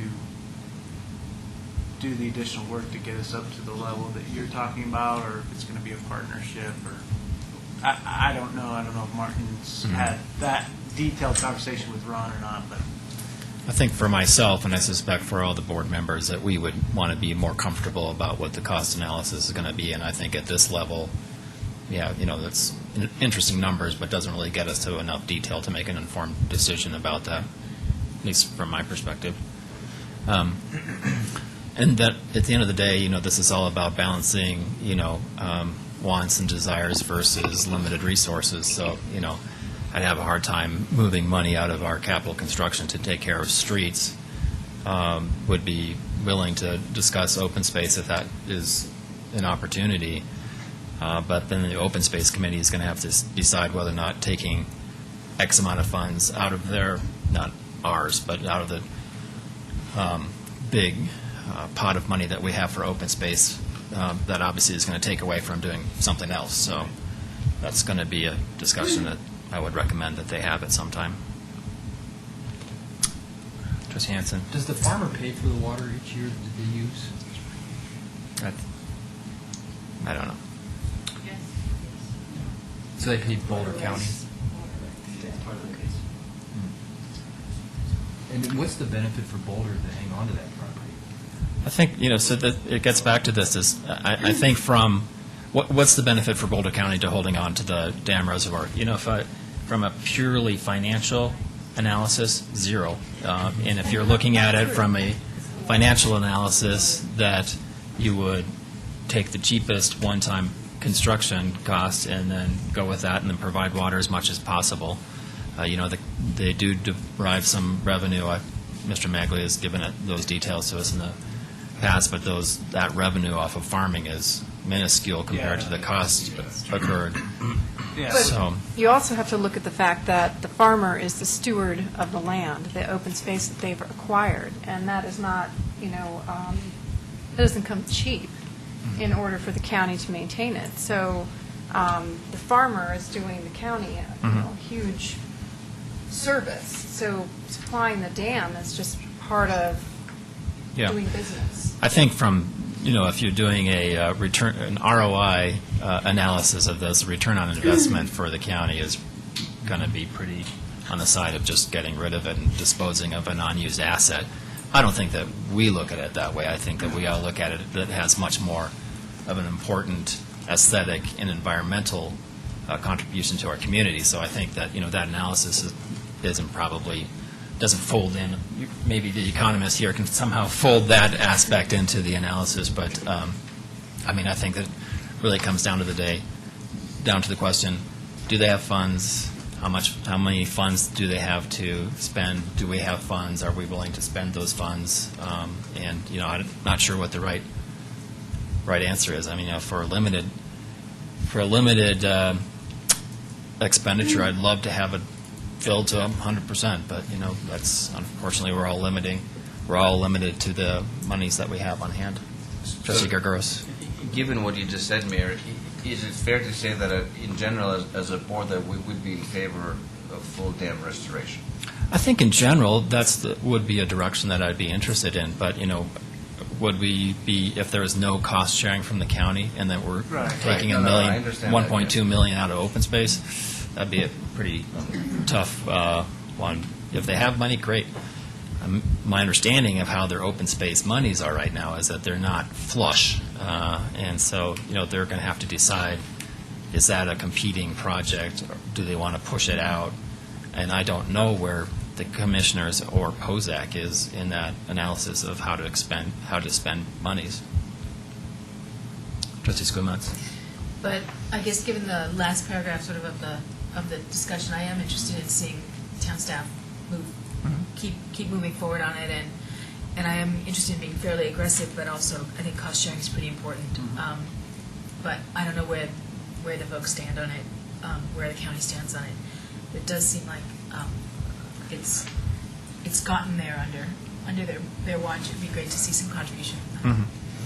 And then my outside the box thinking here is, if we can somehow turn it into stormwater detention, maybe the the reuse water. well, we could use it, put reuse water in there. I was more thinking that urban drainage, maybe we could somehow get monies from them if this is actually going to be stormwater detention off of that property. So I know that they do dam restoration from time to time as a part of a stormwater detention project. I'm not sure if that would work, but What would they do to the wildlife, though? What's that? Would the wildlife be the same? they do actually. They're very progressive, honestly, in terms of they're really interested in natural restoration in general. So once again, I don't think that we'd be able to get any of those monies, but I would like to look for any pot of cash that would be available to us in the county. I think this is helpful for staff, because if we know a preferred alternative that the board's interested, then we can start to work out the details as far as funding and partners, and getting OSAC's input on funding, and start to work towards bringing something back to the board to consider. And then just a reality check, the probability that we'll have a full dam restoration or any restoration done with this in this year is pretty low.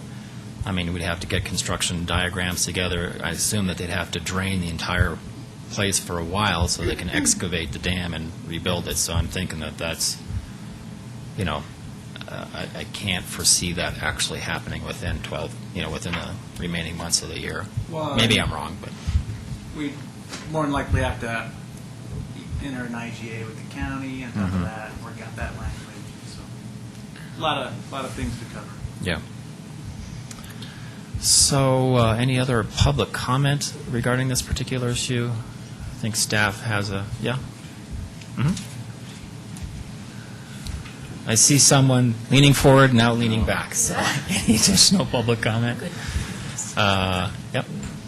Margaret Parrish, Open Space Committee.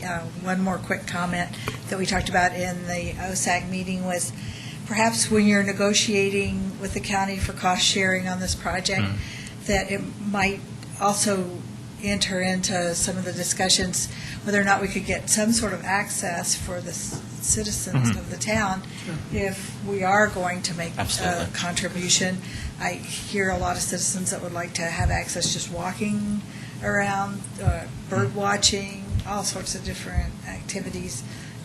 Probably not dogs, unfortunately, because that kind of counteracts with the wildlife, especially the migratory bird population. But any sort of thing that you could get for the town in that aspect, I think would be greatly appreciated. Great comment. idea.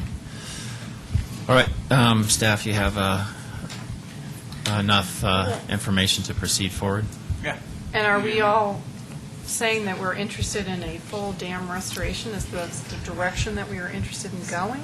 Again, depending on cost. I think it depends on costs, the unintended consequences, all those things. So, I mean, I think that there's enough, the delta between the full dam restoration and the partial, if I'm looking at those numbers, Right. it seems like that most of the analysis would be done as part of that process. I mean, maybe I'm wrong, but.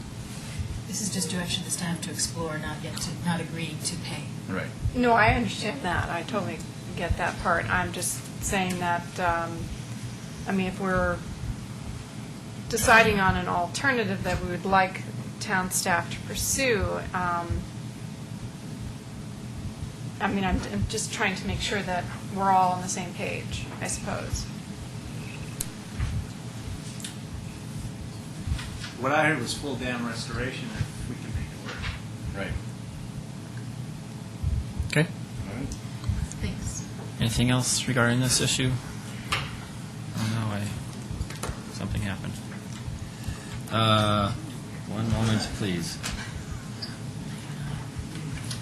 Okay.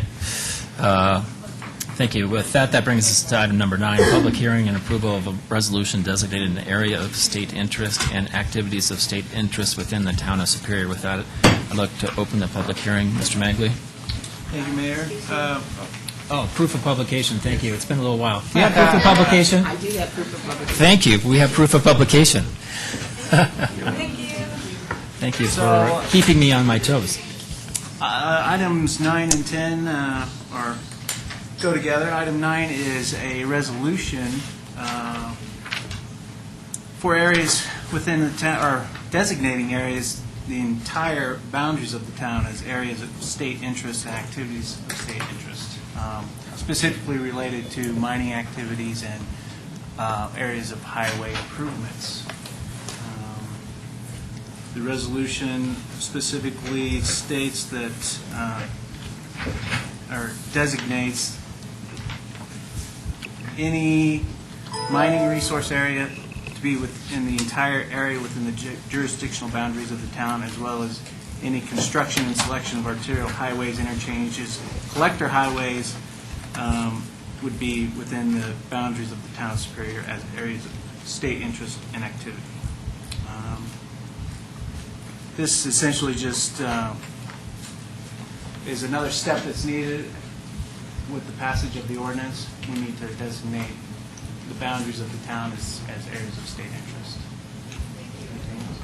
Kind of got long way around to that. It's just Got it. basically Anything else you want This is to? in funny order. We started with the first reading of the ordinance, which sets the regulations. Then we came back with the resolution, creating the area and the activities, designating the area activities, and now we're also doing second reading of the ordinance, or final reading of the ordinance. We do that for time savings. Okay. Questions from the board? Trustee Hanson? Just reading it, I didn't understand this and why this came up all of a sudden. Is this the specific resolution, or the why ordinance? both of these came tonight? I mean, was this something that, did we do something weeks ago that triggered this to happen tonight? Jefferson Parkway. Oh, okay. Gotcha. Gotcha. Trustee Sterling? Is there a strong logical reason why mining interests have to be tied into this at all? Well, I mean, our current Chapter 16 addresses areas of state interest, but it doesn't have any specific regulations in it as far as if somebody wanted to come forward with a mining activity. We currently don't have anything in there in our code, Chapter 16, that lays out the application process, what we require from them, the permitting process. So this adds all of that to that section. I understand that, Yeah. but So, I mean, that didn't have the sense of urgency that, well, We've been approached about mining as well, so that's why we decided to do both at the same time. Additional questions? And you may have received, hopefully you did receive, a memorandum from an attorney named Chris Hayes. we received that tonight. We Okay. read that tonight. He asked that that be submitted into the record Yeah, of I'm this sorry. public Yeah. hearing. So, And I'm happy to address generally what he's raised in his letter, if you like. Could you do that? That would be helpful. Sure. so for the record, just to be sure, so this will be entered into the public record, the letter from the attorney. Thank you. So I reviewed his letter today, and a couple things. I think part of the confusion is that there was already a provision in your code referring back to the state statute. That didn't get put into this ordinance, so I think there was a little bit of misunderstanding. Our ordinance, we have no choice but to follow what the state statute says. So to the extent that his memo talks about us being inconsistent with the state statute, we are not inconsistent with the state statute. And we specifically refer to the state statute, which is why we did not define certain terms like mineral extraction, mining-related traffic, things like that. Those are defined in the state statute. His preemption argument is the same. We cannot preempt any state agency that has authority over these activities, and the statute is very clear about that. And this is not an attempt by the town to preempt any type of regulatory authority from any state agency. We wouldn't be able to do it anyway, especially being a statutory town. His last argument relates to a takings argument, a regulatory takings argument, basically saying if we adopt these regulations, he's claiming that there may be a regulatory taking.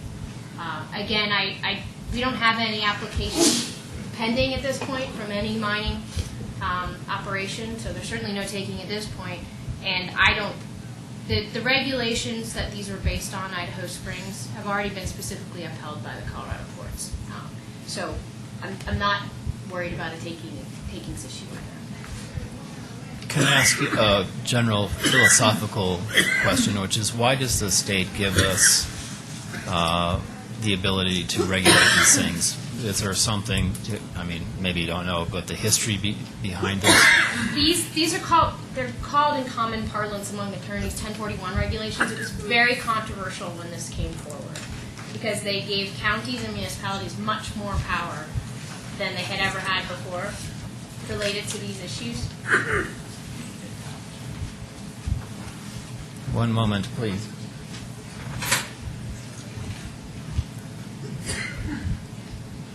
I hear air movement, so the doctor is feeling comfortable. You're all right? Yeah. Okay. I'm happy to wait, or... You want to check? Wait. You want to check? Well, you're the doctor, so it's... He's the lawyer. I think we should wait. Let's take We'll be back momentarily, so I Okay. think we can probably continue. Those are my general responses to the comments that were raised by this attorney. Again, we may get into more specifics if we ever have a permit application filed, but it's very hard to talk about this in general terms. And are that these- there might be mining somewhere. These 1041, is that what you said, regulations? So is this new? Is this a... No, they've been around for a while. They were very controversial when they were enacted, and they have been upheld by the courts. Everyone thought at the time, oh, the courts are going to throw them out. It gives too much power to counties and municipalities, and they were upheld. So And as a statutory town, we follow within the state ordinances. exactly. They're very limited to certain activities, mining and the construction of arterial highways and interchanges. They're very specific activities. And I don't know enough of the factual background about when the legislature adopted these to say what. Apparently, they were in response to some very specific activities in the state. I don't know what they were. Okay, fair enough. Are there questions from the board? It's a public hearing, so... Wait. Oh, yeah, trustee Williams. Are we discussing item 9 and 10 together, or just item 9 first and then item 10? Item 9 first. Okay. They all stem from the same set of Well, I statutes. get that. So, I have a lot of questions on 10. okay, got it. Anything else from the board? It's a public hearing, so I'll entertain any public comment regarding this issue.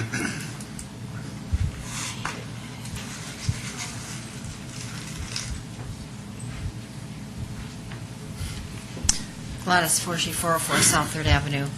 Okay, so we're discussing number 9, is that correct? Yes. Okay. So the reason this comes on now, thanks for asking that, Chris, because I want to understand this also. It is because of Jefferson Parkway and no other reason? Well, because the town has also been approached about mining as well. By? I don't remember the gentleman's name, but it was specific to the Menkick and Biela properties. So with this coming forward now, this has nothing to do in any way whatsoever with the Ochsner development? No. Zero. Well, I mean, Zap. they're related. I mean, it's coming forward because we had a specific inquiry from a gentleman who claims he has mineral rights under Menkick and Biela's properties. Okay, my concern is Ochsner. So Ochsner has not approached the town and asked to have this discussed at this time? No. No. Okay. That cuts out a lot of my questions. Okay. Okay. I mean, it's sort of tangentially related. We had to, there was a... I understand that it is The related. mineral but rights there is were a difference discussed. between being related and outright betrayal by town staff to residents. That's what my concern is. So just to be absolutely 100% crystal clear, this is not a betrayal upon by town staff. They are working in the best interests of the town. It's unrelated. You laugh. It's unrelated to But it Oxnard. is Although betrayal. I just wanted to be clear that there was a discussion about That's- mineral rights on and- Oxnard, but this is and that's- not related. Okay, that's fine, because that is exactly what I wanted to have crystal clear. Can I ask you a question?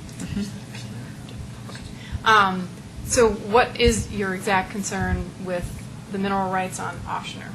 What is? What would Because if Ochsner had come to Matt, I'll use him as the guinea pig, because he's done so much with that project. If he had come to Matt and asked to have this ordinance passed because it's going to benefit him, that is what I would be absolute irate about. So I'm just Because curious. therefore, staff would not be looking for residents' best interest, it would be Right. benefiting a developer. And that is what my irate concern would be about. I totally get that. I just don't understand how they would benefit from it. Well, that's what I'm wanting to try and get I'm just clarified. wondering So if I'm missing something. that's the reason that I want to make sure that I understand 100% that he is not involved, because, of course, then comes up the issue that electorate had not had any say in this whatsoever.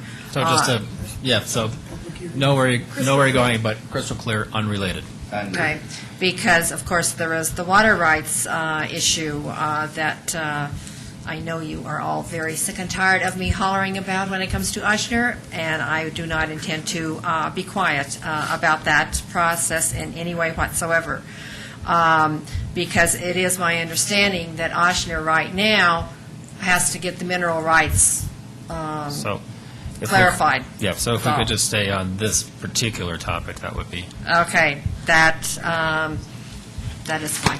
Thank you. Just to clarify, this does not relieve anybody of the obligation to notify mineral interest holders, which I believe was part of the issue. Correct. So this has no Yeah. effect on that. That remains in place, and this remains in place. Because the water rights and the minerals are a totally state-controlled scenario. Right. Okay, thanks. Additional public comment regarding this? Seeing none, more board comment and/or questions. Trustee Gagos? I was going to make a motion, but. No? Yeah. I'd like to make a motion to adopt. So I have to close the public hearing, but We have two public hearings. I've noticed it as two public hearings. Right. We have to go out of this public hearing and then Approval. open the other public hearing. Yes. So I'm going to make just one comment before we go there, and before I close the public hearing. I mean, I understand, I don't want to, I want to be also crystal clear that we're not taking anybody's opportunities to develop anything that's based upon state statute here. We want to make sure that it's done in an orderly manner. And, if we see something in the future that the mineral rights somehow are not being protected, then I'm sure that the board would readdress that, but I don't see that that's an issue right now. And I think it's in our best interest to protect ourselves as much as possible, and I don't see any reason to delay that, so I'm generally going to be in favor of this. So, that, I'll close the public hearing. I'd like to move to adopt Town of Superior Resolution Number R-16, Series 2011, a resolution of the Board of Trustees of the Town of Superior designating an area of state interest and activities of state interest within the Town of Superior. Motion by Trustee Gergeris, is there a second? Trustee Williams, further discussion? Seeing none, all in favor? Unanimous, thank you very much. That brings us to item number 10, which is a public hearing and approval of an ordinance enacting regulations pertaining to areas of activities of state interest within the town. With that, I'll open the public hearing, and do we have proof of publication? Yes, we have. Thank you. Mr. Magley, what is this part of tonight's agenda? Thank you. This is our second reading of ordinance that amends Chapter 16, Article 34, regarding areas of state interest and activities. And this amendment to Chapter 16, as I mentioned, specifically puts language in place that if we receive an application, it lays out what we require from the applicant, what hearings and meetings are required, and information that's required, like wildlife analysis, environmental analysis, referral out to the appropriate agencies, which would be Department of Transportation, the state engineer, and those type of requirements. It lays all those out for the applicant so that they know moving forward what the process is going to be. Okay. Questions from the board? Trustee Williams? So I have a number of things I hope we can consider. Let's see here.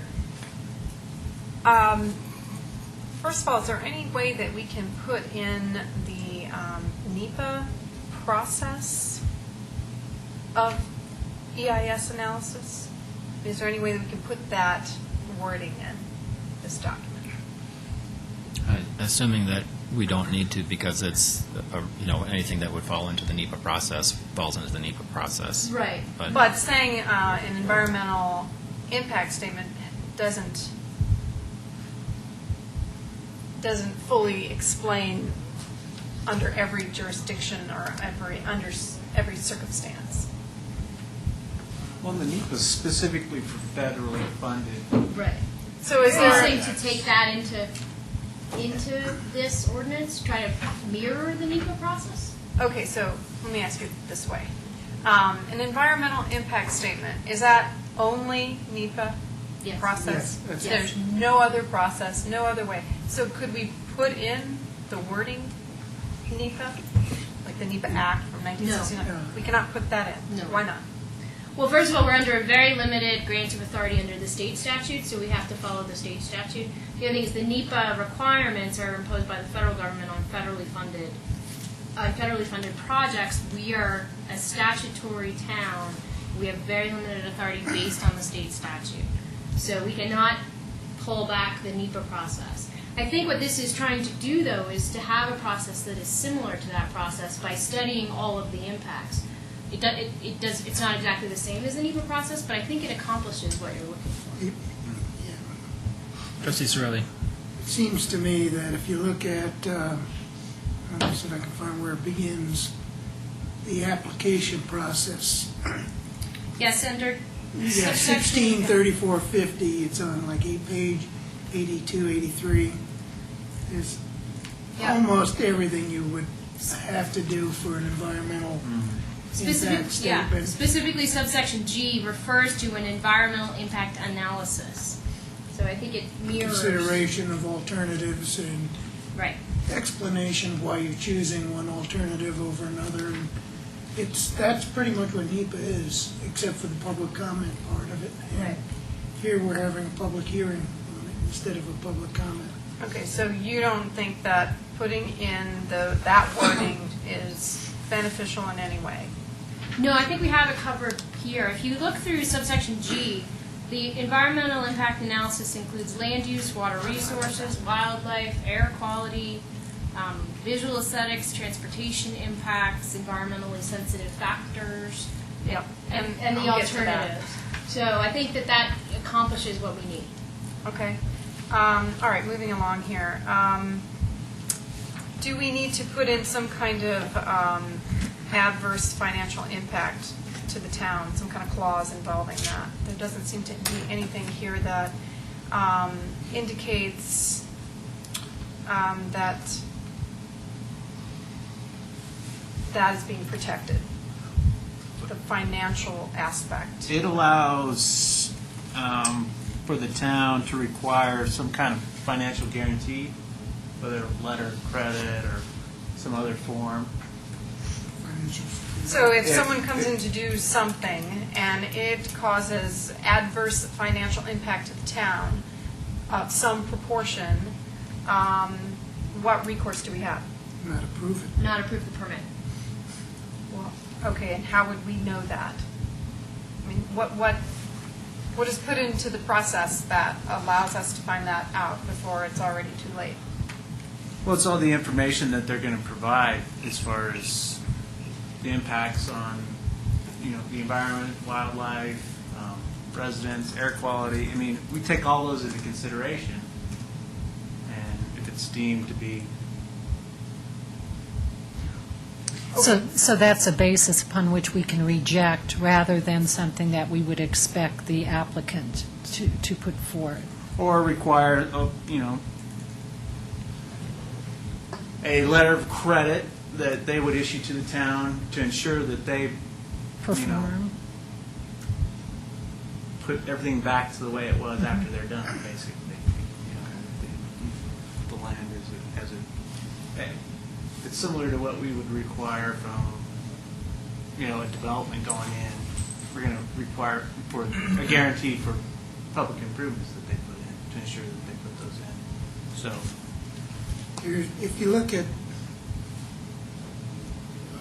what our basis for approving or disapproving an application, there's a whole bunch of findings that we'll make, and one of them is, if I got down to it again, proposal will not contribute to a negative economic impact to commercial, tourist, or visitor areas or districts within the town. There's a whole series of findings that we would have to make to approve the permit. And I think that gets to what you're concerned about. Okay. All right. Under section 1634-20, arterial highway, page 80. The CDOT, we put in Colorado Department of Transportation, but we haven't really put anything in about any other governmental entity or private party that would be constructing an arterial highway. Because we can't. We can't? No. So we have to say it is under the construction of CDOT? Yes.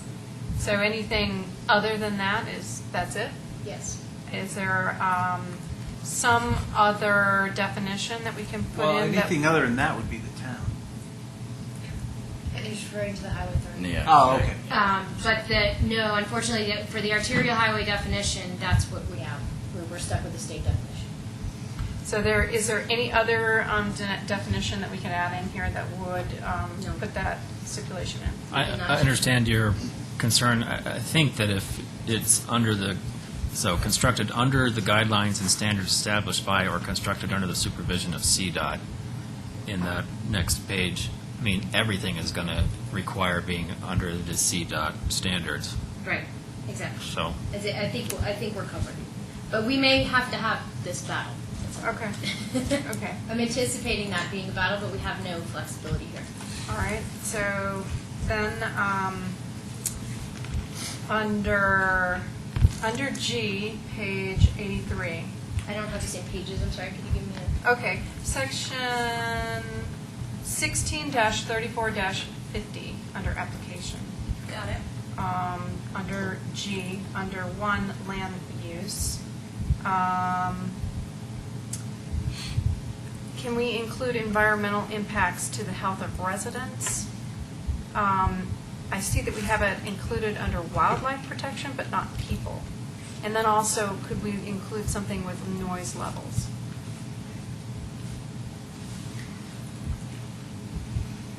anything that was a detriment to, I mean, that would be an automatic disqualifier of the permit, at least in my mind, for health and safety reasons, if there's detrimental impact upon people. Yes. Okay. But that's not in here specifically. It is under wildlife protection. Well, it's natural hazard. If you go to 5 significantly environmentally sensitive factors, there's air quality, there's visual, aesthetics, and nuisance factors. I think And I thought I saw it. Yeah, I see noise.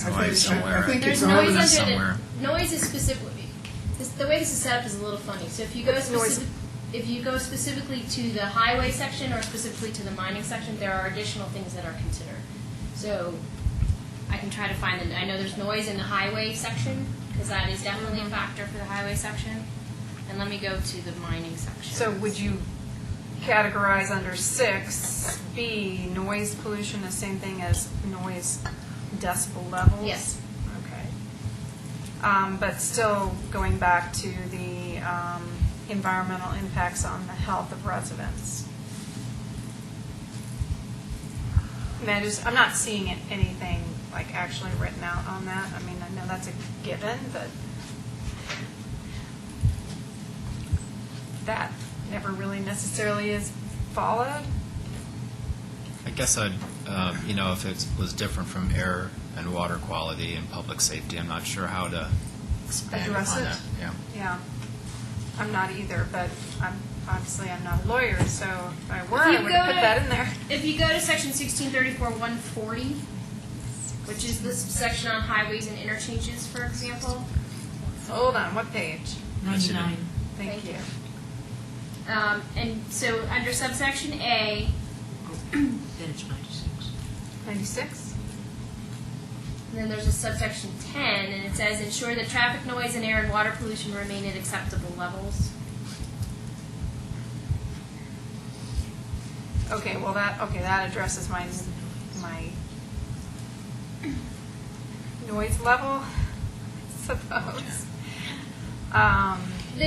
If you're looking for something specific, I mean, this has to comply with our master plan, and our master plan throughout talks about health, safety, welfare of the community. So, we can always tie it back to that. If that's helpful. Okay. Deborah, I understand where you're going with it, and I think it is very important in light of the issues that brought this forward that there are consequences on human health that are unanticipated at one point but end up being grave. For example, natural gas and fracking and all that, where a technique was thought to be safe by some to be safe when it was initiated, and then may have profound impacts on human health. How about LM and N, though? N says health and safety hazards, Yeah. including exposure to hazardous materials which may result from the proposal. Yeah, Would that's that cover in there it? too. That's Thank you. I was trying to get you a page number, sorry. Where It's was on that? page 98. K, L, M, and N all talk about human health.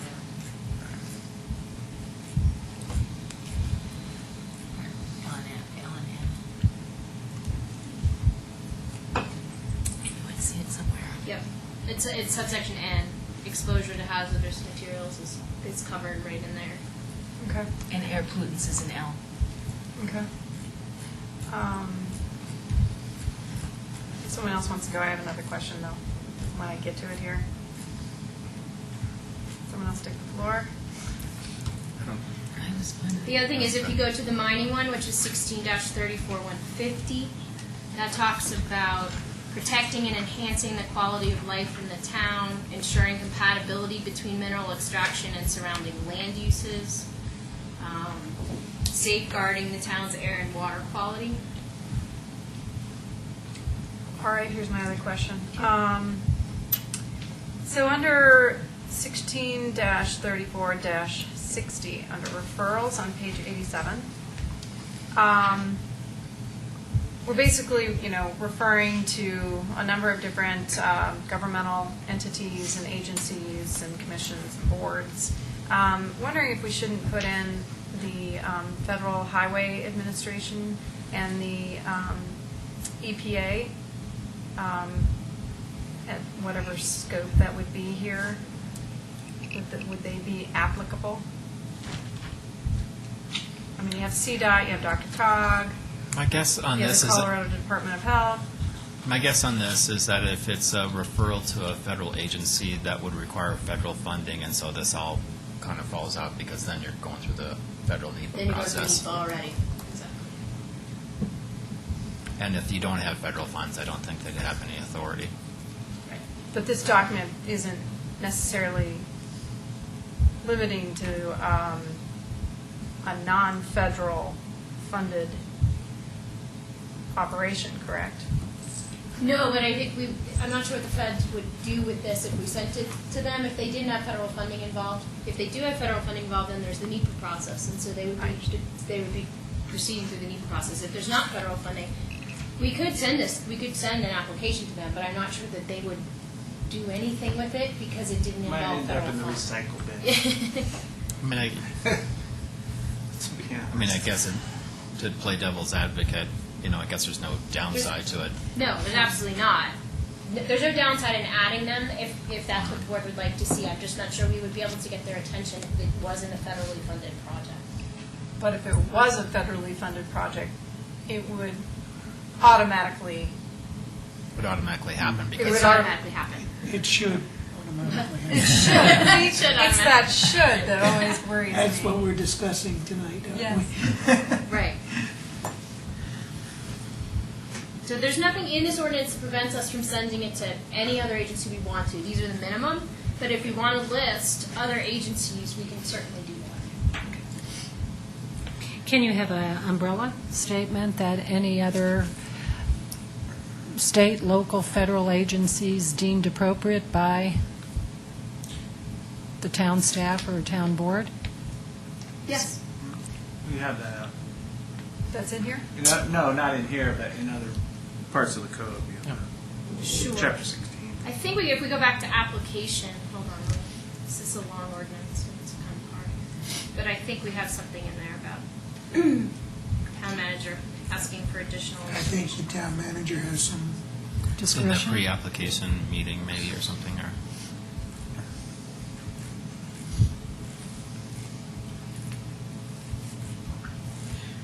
I remember something like that in that section. Matt, while she's looking for that, if I may ask, when a developer of any sort has to bond or, whatever, to assure performance or protect against protect us, how long does that stay in effect? Is there a time frame after which it expires? Yeah, typically it stays in effect until the town accepts the improvements, and then we reduce the letter of credit, but I think it's 50%, and then there's a 2-year warranty period, Right. and then that covers it for the 2-year warranty period. Well, my discomfort is on things involving minerals, chemicals, things other than housing developments, or which may be, a different class. And even in housing developments, I would even suggest perhaps, given our experience with the bentonite soils, maybe we have to have a longer window. But where the contamination effects may not be evident for years and years and years, I'm a little concerned how we're protected.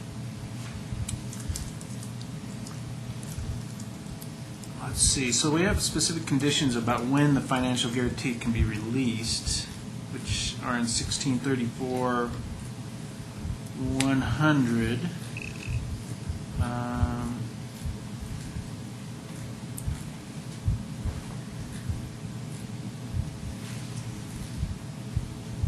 And those include site's been returned to its original condition accepted by the board in accordance with the standards adopted by the board, which the permit was granted. Project has been satisfactorily completed, and the guaranteed conditions have been satisfied. So it's fairly general language. Yeah, I guess that doesn't satisfy my concern. I honestly don't know how we would protect ourselves from contamination that's found 10 years after we approve something. I'm being honest here, I don't think there is any way really to do that. No, and I can't find what I was thinking of, but we can certainly put that the town manager is authorized to add other referral agencies. I think that's implicit because these are a minimum list of who would need to be submitting referral comments, but we can certainly add a provision stating that any other agency that the town manager determines would be helpful. Okay. Other questions or comments? Anybody else? Public comment regarding this issue?